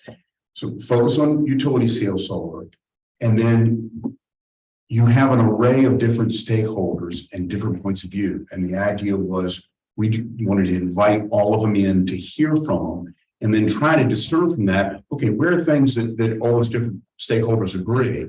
Where are things that there are points of friction? What are the good policy or best practices, if you will, not technical best practices, but policy best practices that we could identify, and we identified some of those, and then everybody agreed, yeah, that's a key point. And then to try to, what are some of the key questions or considerations that if you sitting as a member of the Board of Supervisors are considering, are we going to revise our comp plan and write solar policies in? What are the things we should be thinking about? That's what we identify, and it becomes that. And it's clearly a living document because these things are changing. I mean, we watched them change as we were going through the 18 months. Like I say, I remember voltaics. I really had to struggle with how to say that word. But that's it. It's not here are the state policies you need to adopt. We did learn that the VCEA, like it or dislike it, is an important policy driver. It is. Now, is that good or bad? We're not opining on whether that's good or bad. It's an important driver and we have to recognize it. The policy decision made in 2020 that empowered the local host agreement negotiations is a critically important policy for localities when they're considering these projects. So if there's a policy recommendation to members of the General Assembly, don't change that. Maybe enhance it, but don't take that away, because the project, we talk about those big numbers, that's great, but the project decisions are made at the local governing body level, calling in the resources of their staff, their planning commission, and others. And that's where the rub is. Caroline County honestly thought they had the best ordinance going. And when we started this process, we had industry and conservation groups hold that ordinance up as one of the best. And then they walked into a buzzsaw when they had 6 projects come up and people went up in arms and they ended up repealing it because they found it didn't. That was essentially the same that happened in Lancaster, and that's due to the amount of money that's on the table out there in this environment. They're getting these ordinances in place because once they got them in place, they can overcome the financial hurdles or any of the other hurdles that are stopping it necessarily locally, because now they have the policy document they can work within. And I think from my perspective, the goal of this was just to bring together the parties to kind of get what the best practices are, kind of the pitfalls that could be out there. And if I'm at the table as a policy decision and having to put together a solar ordinance in my community, I can at least look at this and then have examples from other communities across the Commonwealth that have gone through similar things and see what they did and what they did wrong and what they would do different. So that's kind of how I saw it, as sort of a not here's a definitive what you should do, but here's some guidance that you can look at and use it for what you will. And I think it's going to be something we can all use and refer back to, although data's always changing. Just like it does. It's going to be a living document. It's not something we can just produce and then throw on the shelf and never look at it again. It's going to potentially be kept up with changing technologies and standards. So everybody wants that a VCR in there. Nobody wants one of those today. Just like we actually Thank everybody here because everybody's talking and working and sharing ideas. I really didn't want to say this out loud or bring too much attention to it.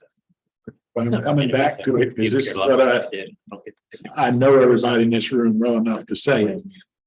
I'm old enough that money doesn't interest me that much because what the hell am I going to do with a big pot of money? Fast cars and fast boats don't interest me anymore. So I wasn't going to sit there with $50 a day and the $50,000 fine and sign boats and all that.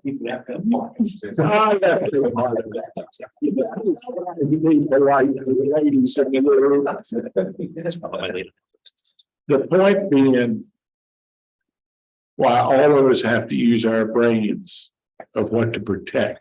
And I hope everybody in this room is out to protect our natural resources. Is because I see a newer generation, and not everybody has the same values that all of us in this room have. Do we want all our forestry land and farmland to come down to who can pay the most money for it?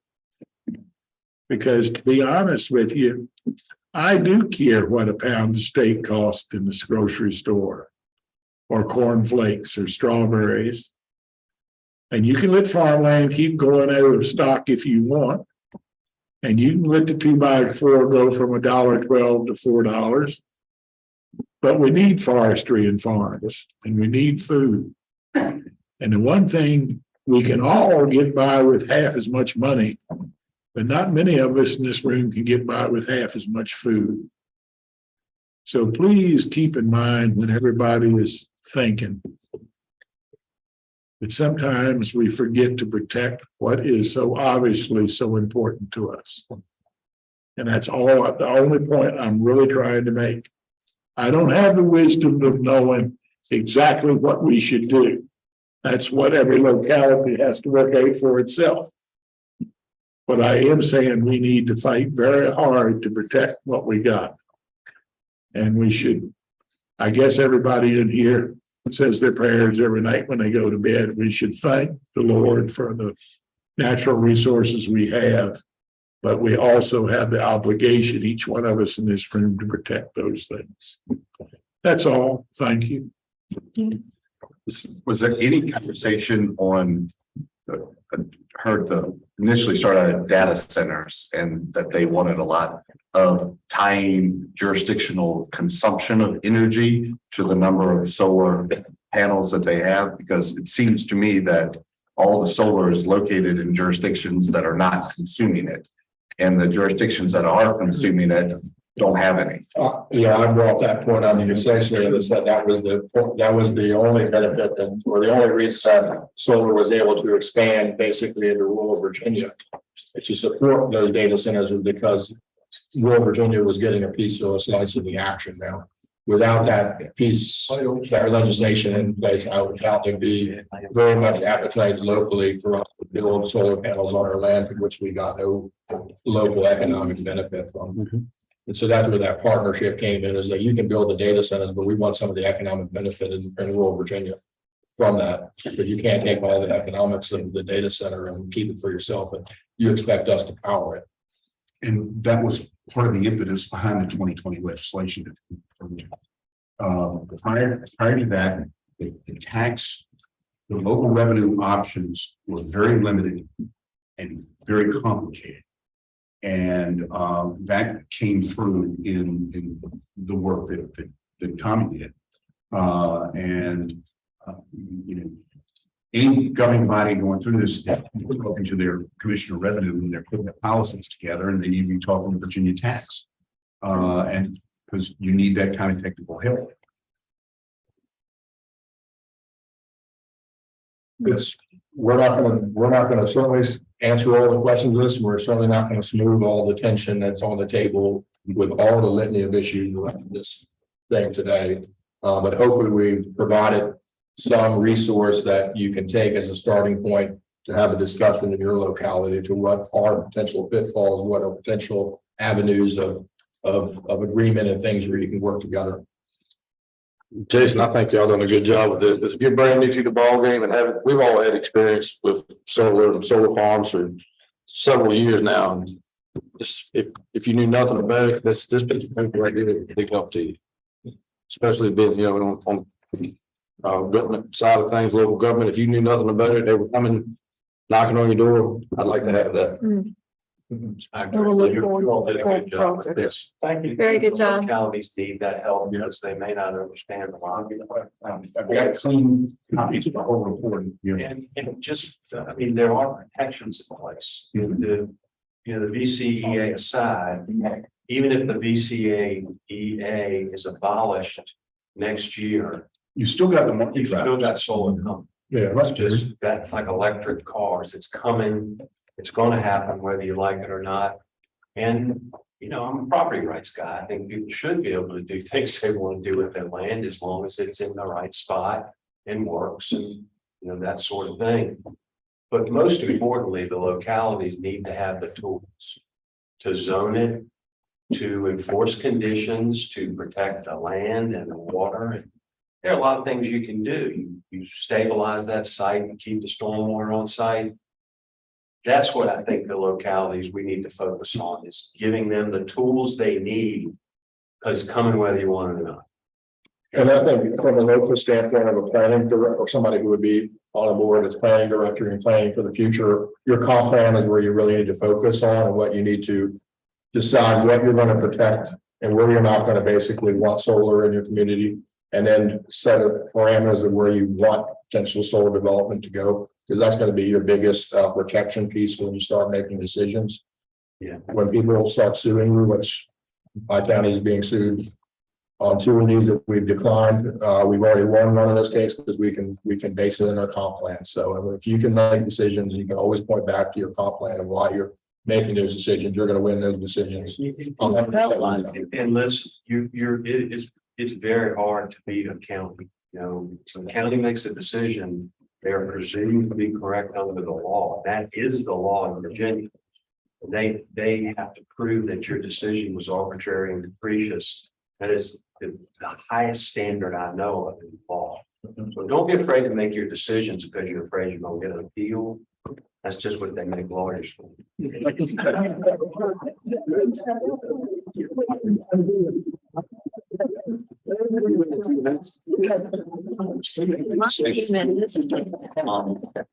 What we also heard in that topic was you should build policies into your comp plan. Make, you know, what are your aspirations relative to solar or wind or whatever it might be. Put it in your comp plan and have a clear regulatory path to approval. In other words, if you follow these steps, here's what will happen.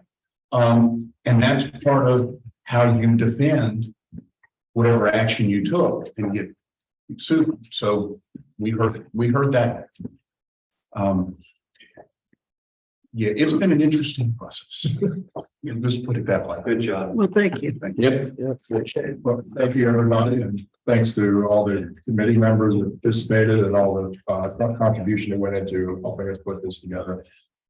Last up, we'll move to our last introduction to a site visit to Hoskins Creek project.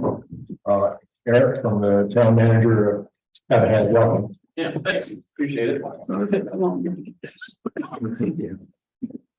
We have nice weather today, so let's. Yeah. It's raining. Yeah, but it could be a little bit better. Still have your little slap. All right. Sign of the place for the backside of it.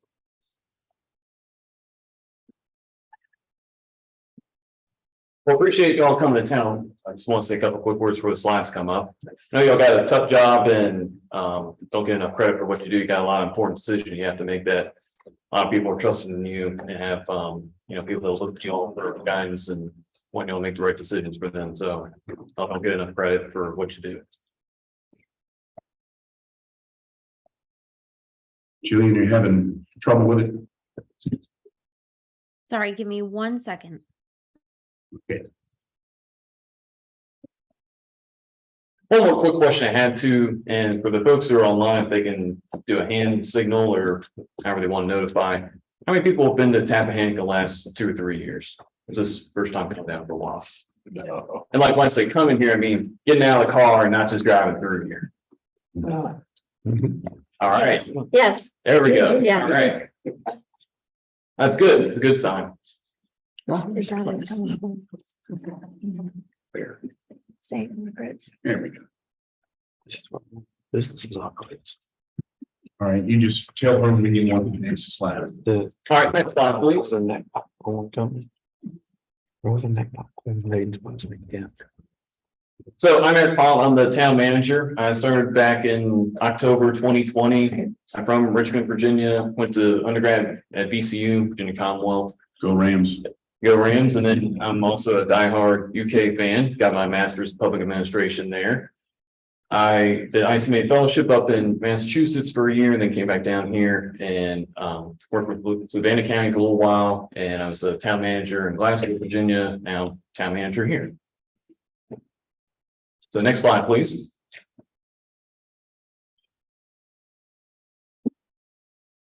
All right, so the meaning of Rappahannock. Means on the rise and fall of water, and we're a town where the town limits actually touch the Rappahannock River.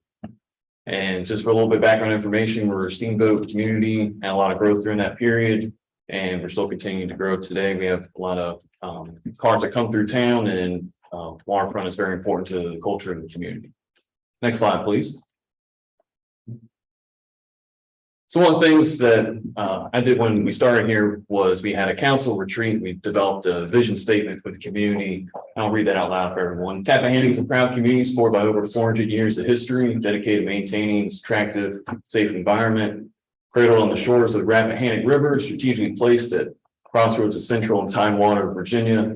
Town hosts a world-class medical services, modern infrastructure, and provides opportunities to live, work, and recreate where tradition meets the future. Celebrate, embrace the diverse, unified, and involved community.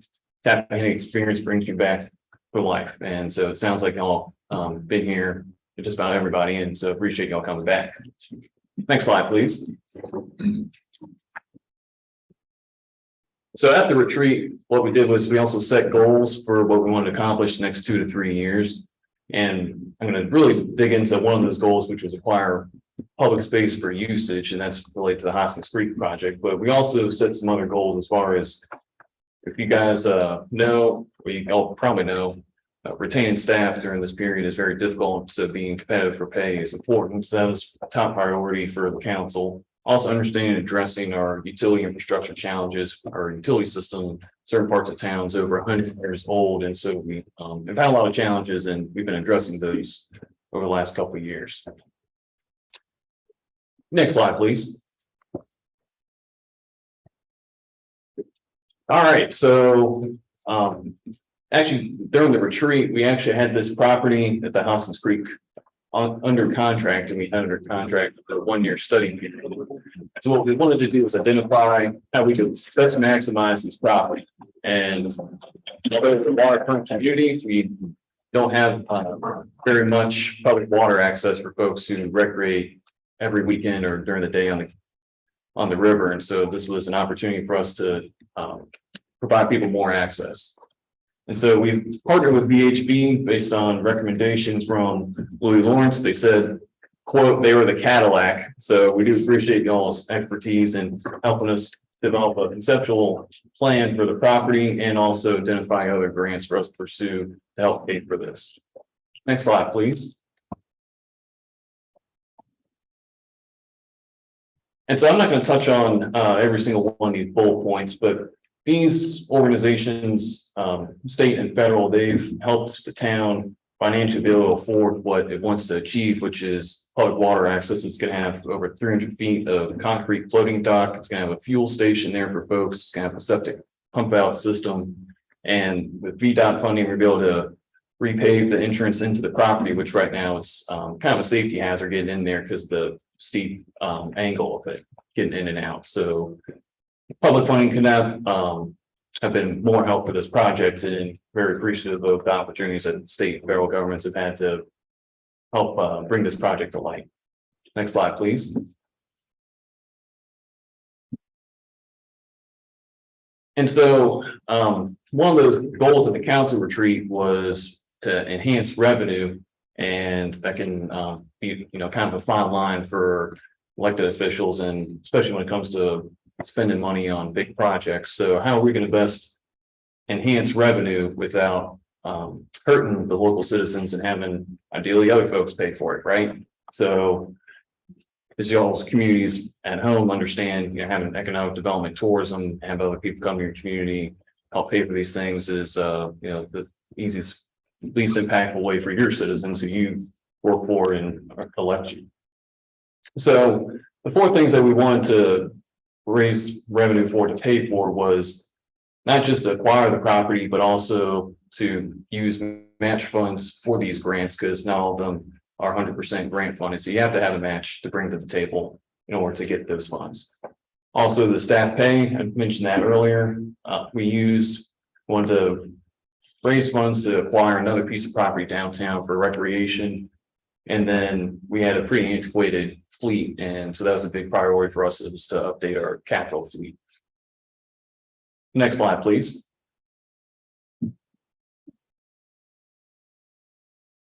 And so here it kind of gets more into the numbers as far as how big the project is.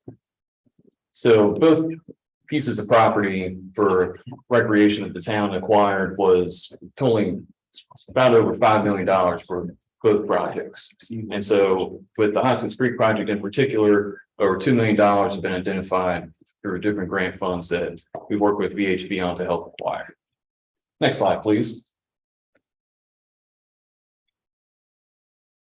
All right, so just a quick show of hands for the local elected folks. Every time you go through the budget, does your administrator or manager do some sort of like tax rate comparison that y'all look at to say, hey, we're at 65 cents per hundred, and we want to see what the other communities have? Do y'all go through that every time you go through a budget cycle? Okay, so I did a similar approach. I know the text is small, so I apologize about that, but basically we identified comparison towns throughout our region that were similar size and similar geographic area, and looked at primarily their meals tax and hotel tax. Or meals tax, when I started here, was 4%. Actually, you can go to the next slide, please. So the average for the meals tax when I got here, we were at 4%, and the average for the comparison communities was at 6%. And the lodging tax, our lodging tax in town was 2%, and the comparison communities was 6%.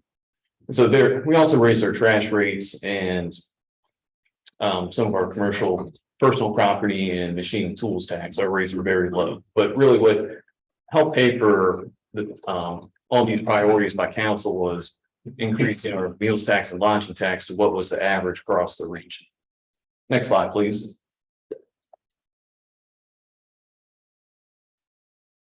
And so here it kind of delves back into the numbers as far as how much additional revenue we've raised. So our meals tax collection, when it was at 4%, was collected about $825,000 a fiscal year, according to fiscal year 2021. And then as of when I put this together this week, kind of towards the end of June, we still have a month's worth of collections, but it's also increased over $575,000 for just in meals tax alone. So that's helping to pay for additional staff, the match for the grants and all those other priorities that were mentioned earlier. And our lodging tax, it's definitely seen a big boom since going up from 2% to 6%. And we also had a Hampton Inn open at the same time. So that's really been icing on the cake for us. So that's given us an additional $233,000 a year. And so next slide, please.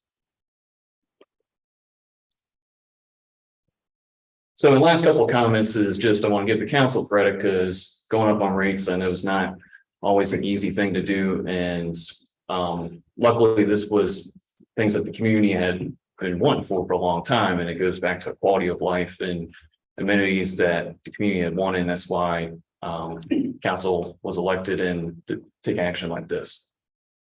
So before, I guess I step away, do y'all have any questions about what I talked about?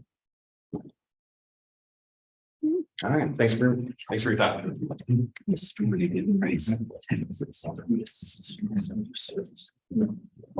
So I'll pick up with Eric. So my name is Ricky Wyatt. I'm project manager with VHB, and we have Neville Reynolds as well with us here today.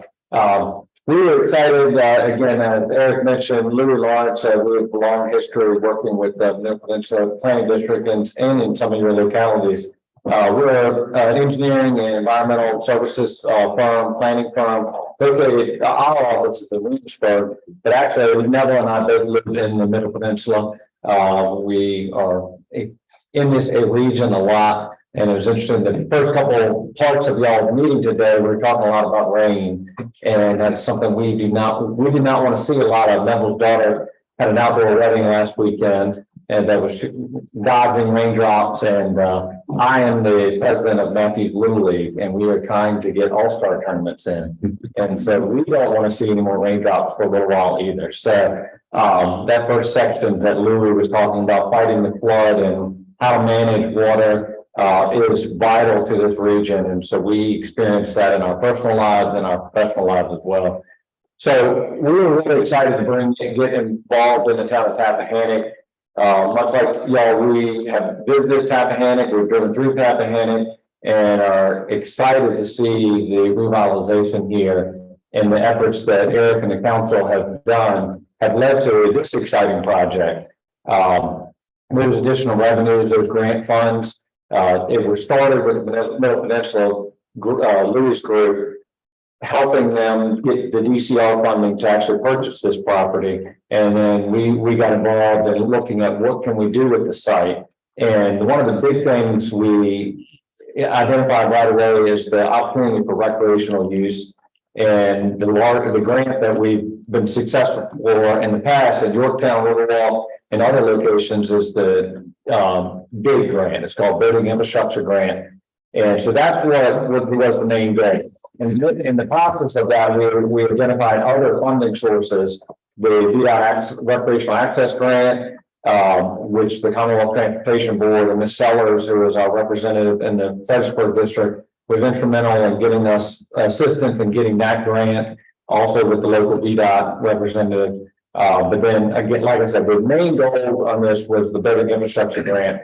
And so we started by doing some research on the area to support that grant application. So I'm going to flip through some of those and then show you the exciting project. I know it's been a long meeting, so we'll go through these quickly, but we do think it's an exciting project to look at. We can go to the next slide, please. So obviously the first thing we looked at when we're looking at recreational access here in Rappahannock is where are the other marinas? And it was mentioned earlier about where the gauges are from Windmill Point to Fredericksburg. It's also very similar to almost about where the marinas are. Garrett's Marine is just down the river a few miles, but otherwise there's not a lot of opportunity for refueling, pumping out waste sewer. So this is really, I mean, it's a beautiful river, a long river, but when you get on the upper end here, there's a big gap in that marina services. So the town wanted this as if we could design it to support that need. So that was our first look at where those gaps were. Next slide, please. The other benefit of this site is, which is very unique to a lot of the building infrastructure grant applications, which is a very highly competitive Virginia, that's a national grant. Virginia may get one or two of those on the higher tier per year if we're lucky, so it's competitive both. But what gave us a leg up is that Hoskins Creek is a federally maintained dredge creek.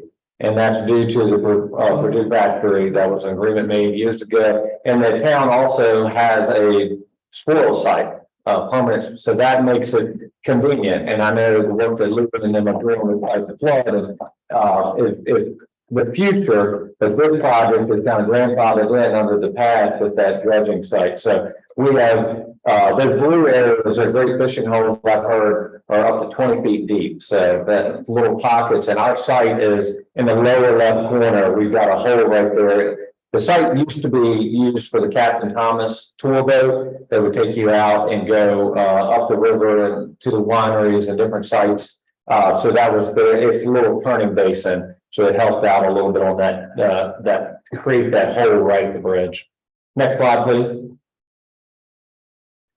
The other thing, as Eric mentioned, tourism is a big driver, and the goal is we want to support the local citizens, but also as we bring tourists to the site, if they're coming in on their vessel and mooring at our site, where can they get to? And so we looked at a walkability study, the range of how far can you get over to downtown.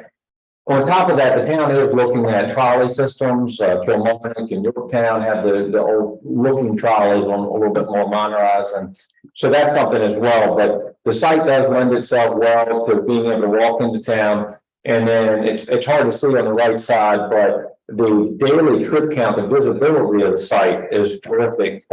It's right off of Route 17, and over 20,000 vehicles a day are going by that site. So it really lends itself for tourism and visibility to very well. Next slide, please. And this slide really probably speaks more to this group, your localities, and hopefully you've heard of the Virginia's urban crescent, the major urban districts, and where the people of Virginia are located there. And we're sitting right in the center of that. So we're in a location where people can come and enjoy these resources, get out and into it, and then get back to their urban areas within a reasonable drive. So the site is very well situated in that core of the urban crescent. Next slide, please. And I'll flip through these because this was really meant for the larger grant and larger audience. Y'all know what the nearby attractions are. So obviously the Rappahannock River Valley Wildlife Refuge. Again, that's part of why we're here.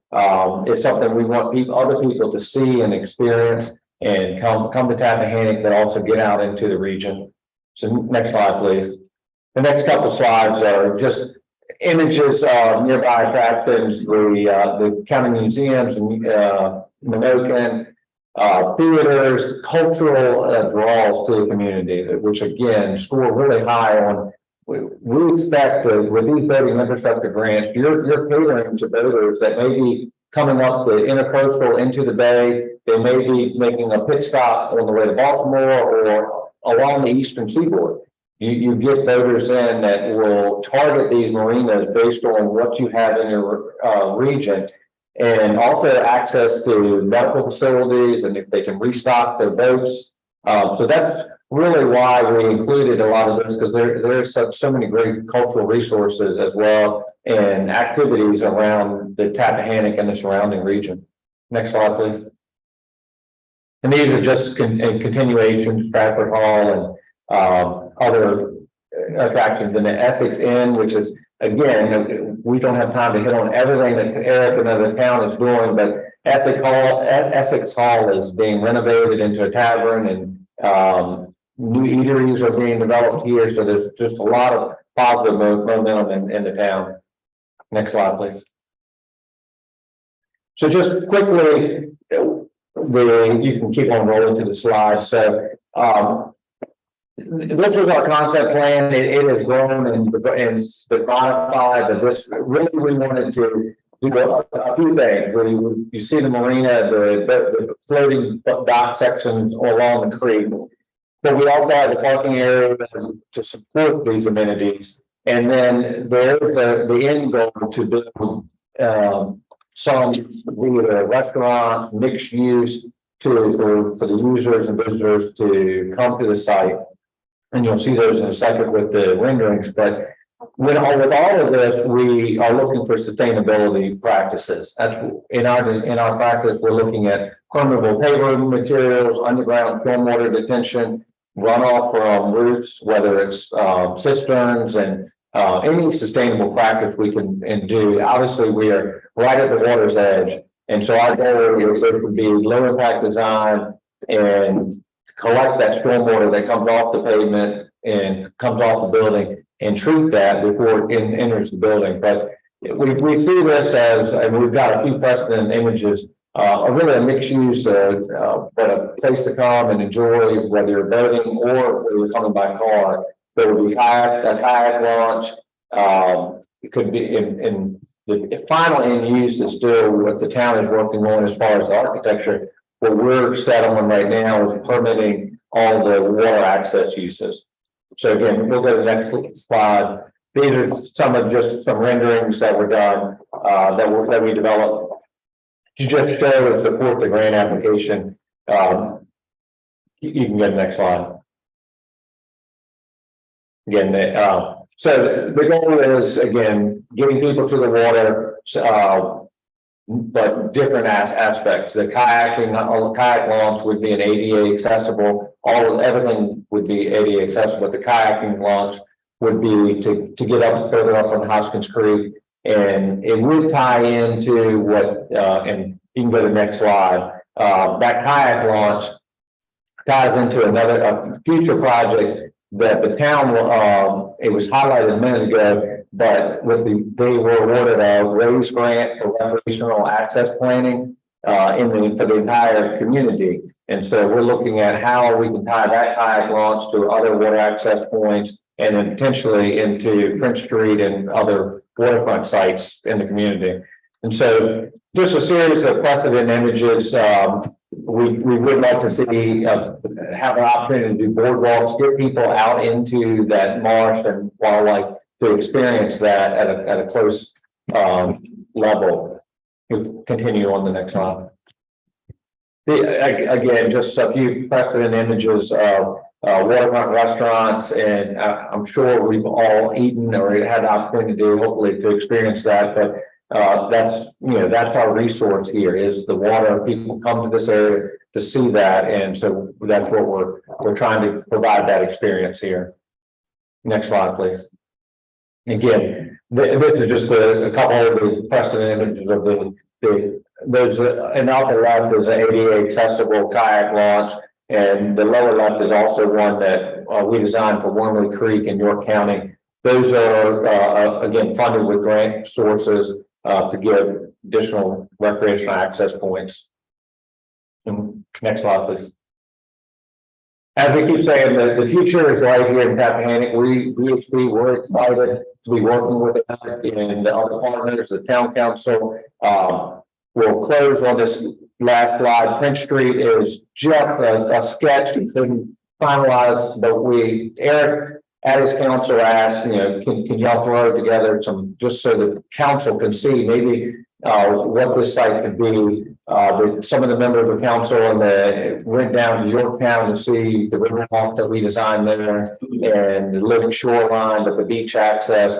And so that's what kind of came out of this quick concept. But the town currently owns a portion of this land and is acquiring more of it. But really, the goal is to get people to access the water resources. So the last slide is just a closing. I mean, this is where the future could go in Rappahannock, and we're just excited to be part of it. These images are obviously from Yorktown, not here, but the fireworks celebration, the Essex and Richmond County, they work together on the fireworks show. So we just see how this all these sites really can give back to the community, and what the town of Rappahannock is doing is exciting for us. So we're excited to share that with your group. And if there's any questions, we'd be happy to entertain anything about the grant sources that we've gone for or any of that process. Any questions or comments from the group? That's great. Looks great, what you're doing. Thank you. Yeah. All righty. There would be a Something's down. tour of the site. On agenda and meeting. That's right. The map here. Very easy to find. Yes. Directly across the street from the Exxon station. With that, we'll move on to number 8, future meeting dates. You see on the bottom of the agenda is we do the next 12 months of meetings. Our next meeting will be in Orange County on September 27th. Then Supervisor Jim White, and we're about to be in touch on location. Right, sounds good. Number 9, future agenda items. We had talked at the last meeting about having Matt Wells, head of DCR, here at this meeting. He couldn't make that work for the schedule. He will join us in Orange for the meeting on the 27th. We also talked at the last meeting about inviting Scott Cutlass, manager of the Office of Water Supply. He is semi-retired. And in his replacement, William Clough, is available and will be joining us to talk about the changes in the water supply planning regulations. And you had raised some questions at the last meeting, and that's the person we want to bring in to address those kind of questions. Any other needs or comments from the community or from the group that you might want to see on a future agenda at this point? Seeing none, we'll move forward with what we got, and that brings us to the end, and we'll move for adjournment. So move. Motion to properly second. All those in favor say aye. We're adjourned. If you were there for 2 minutes for the tour, we'll be looking at it this week. Okay. We're good. Yeah.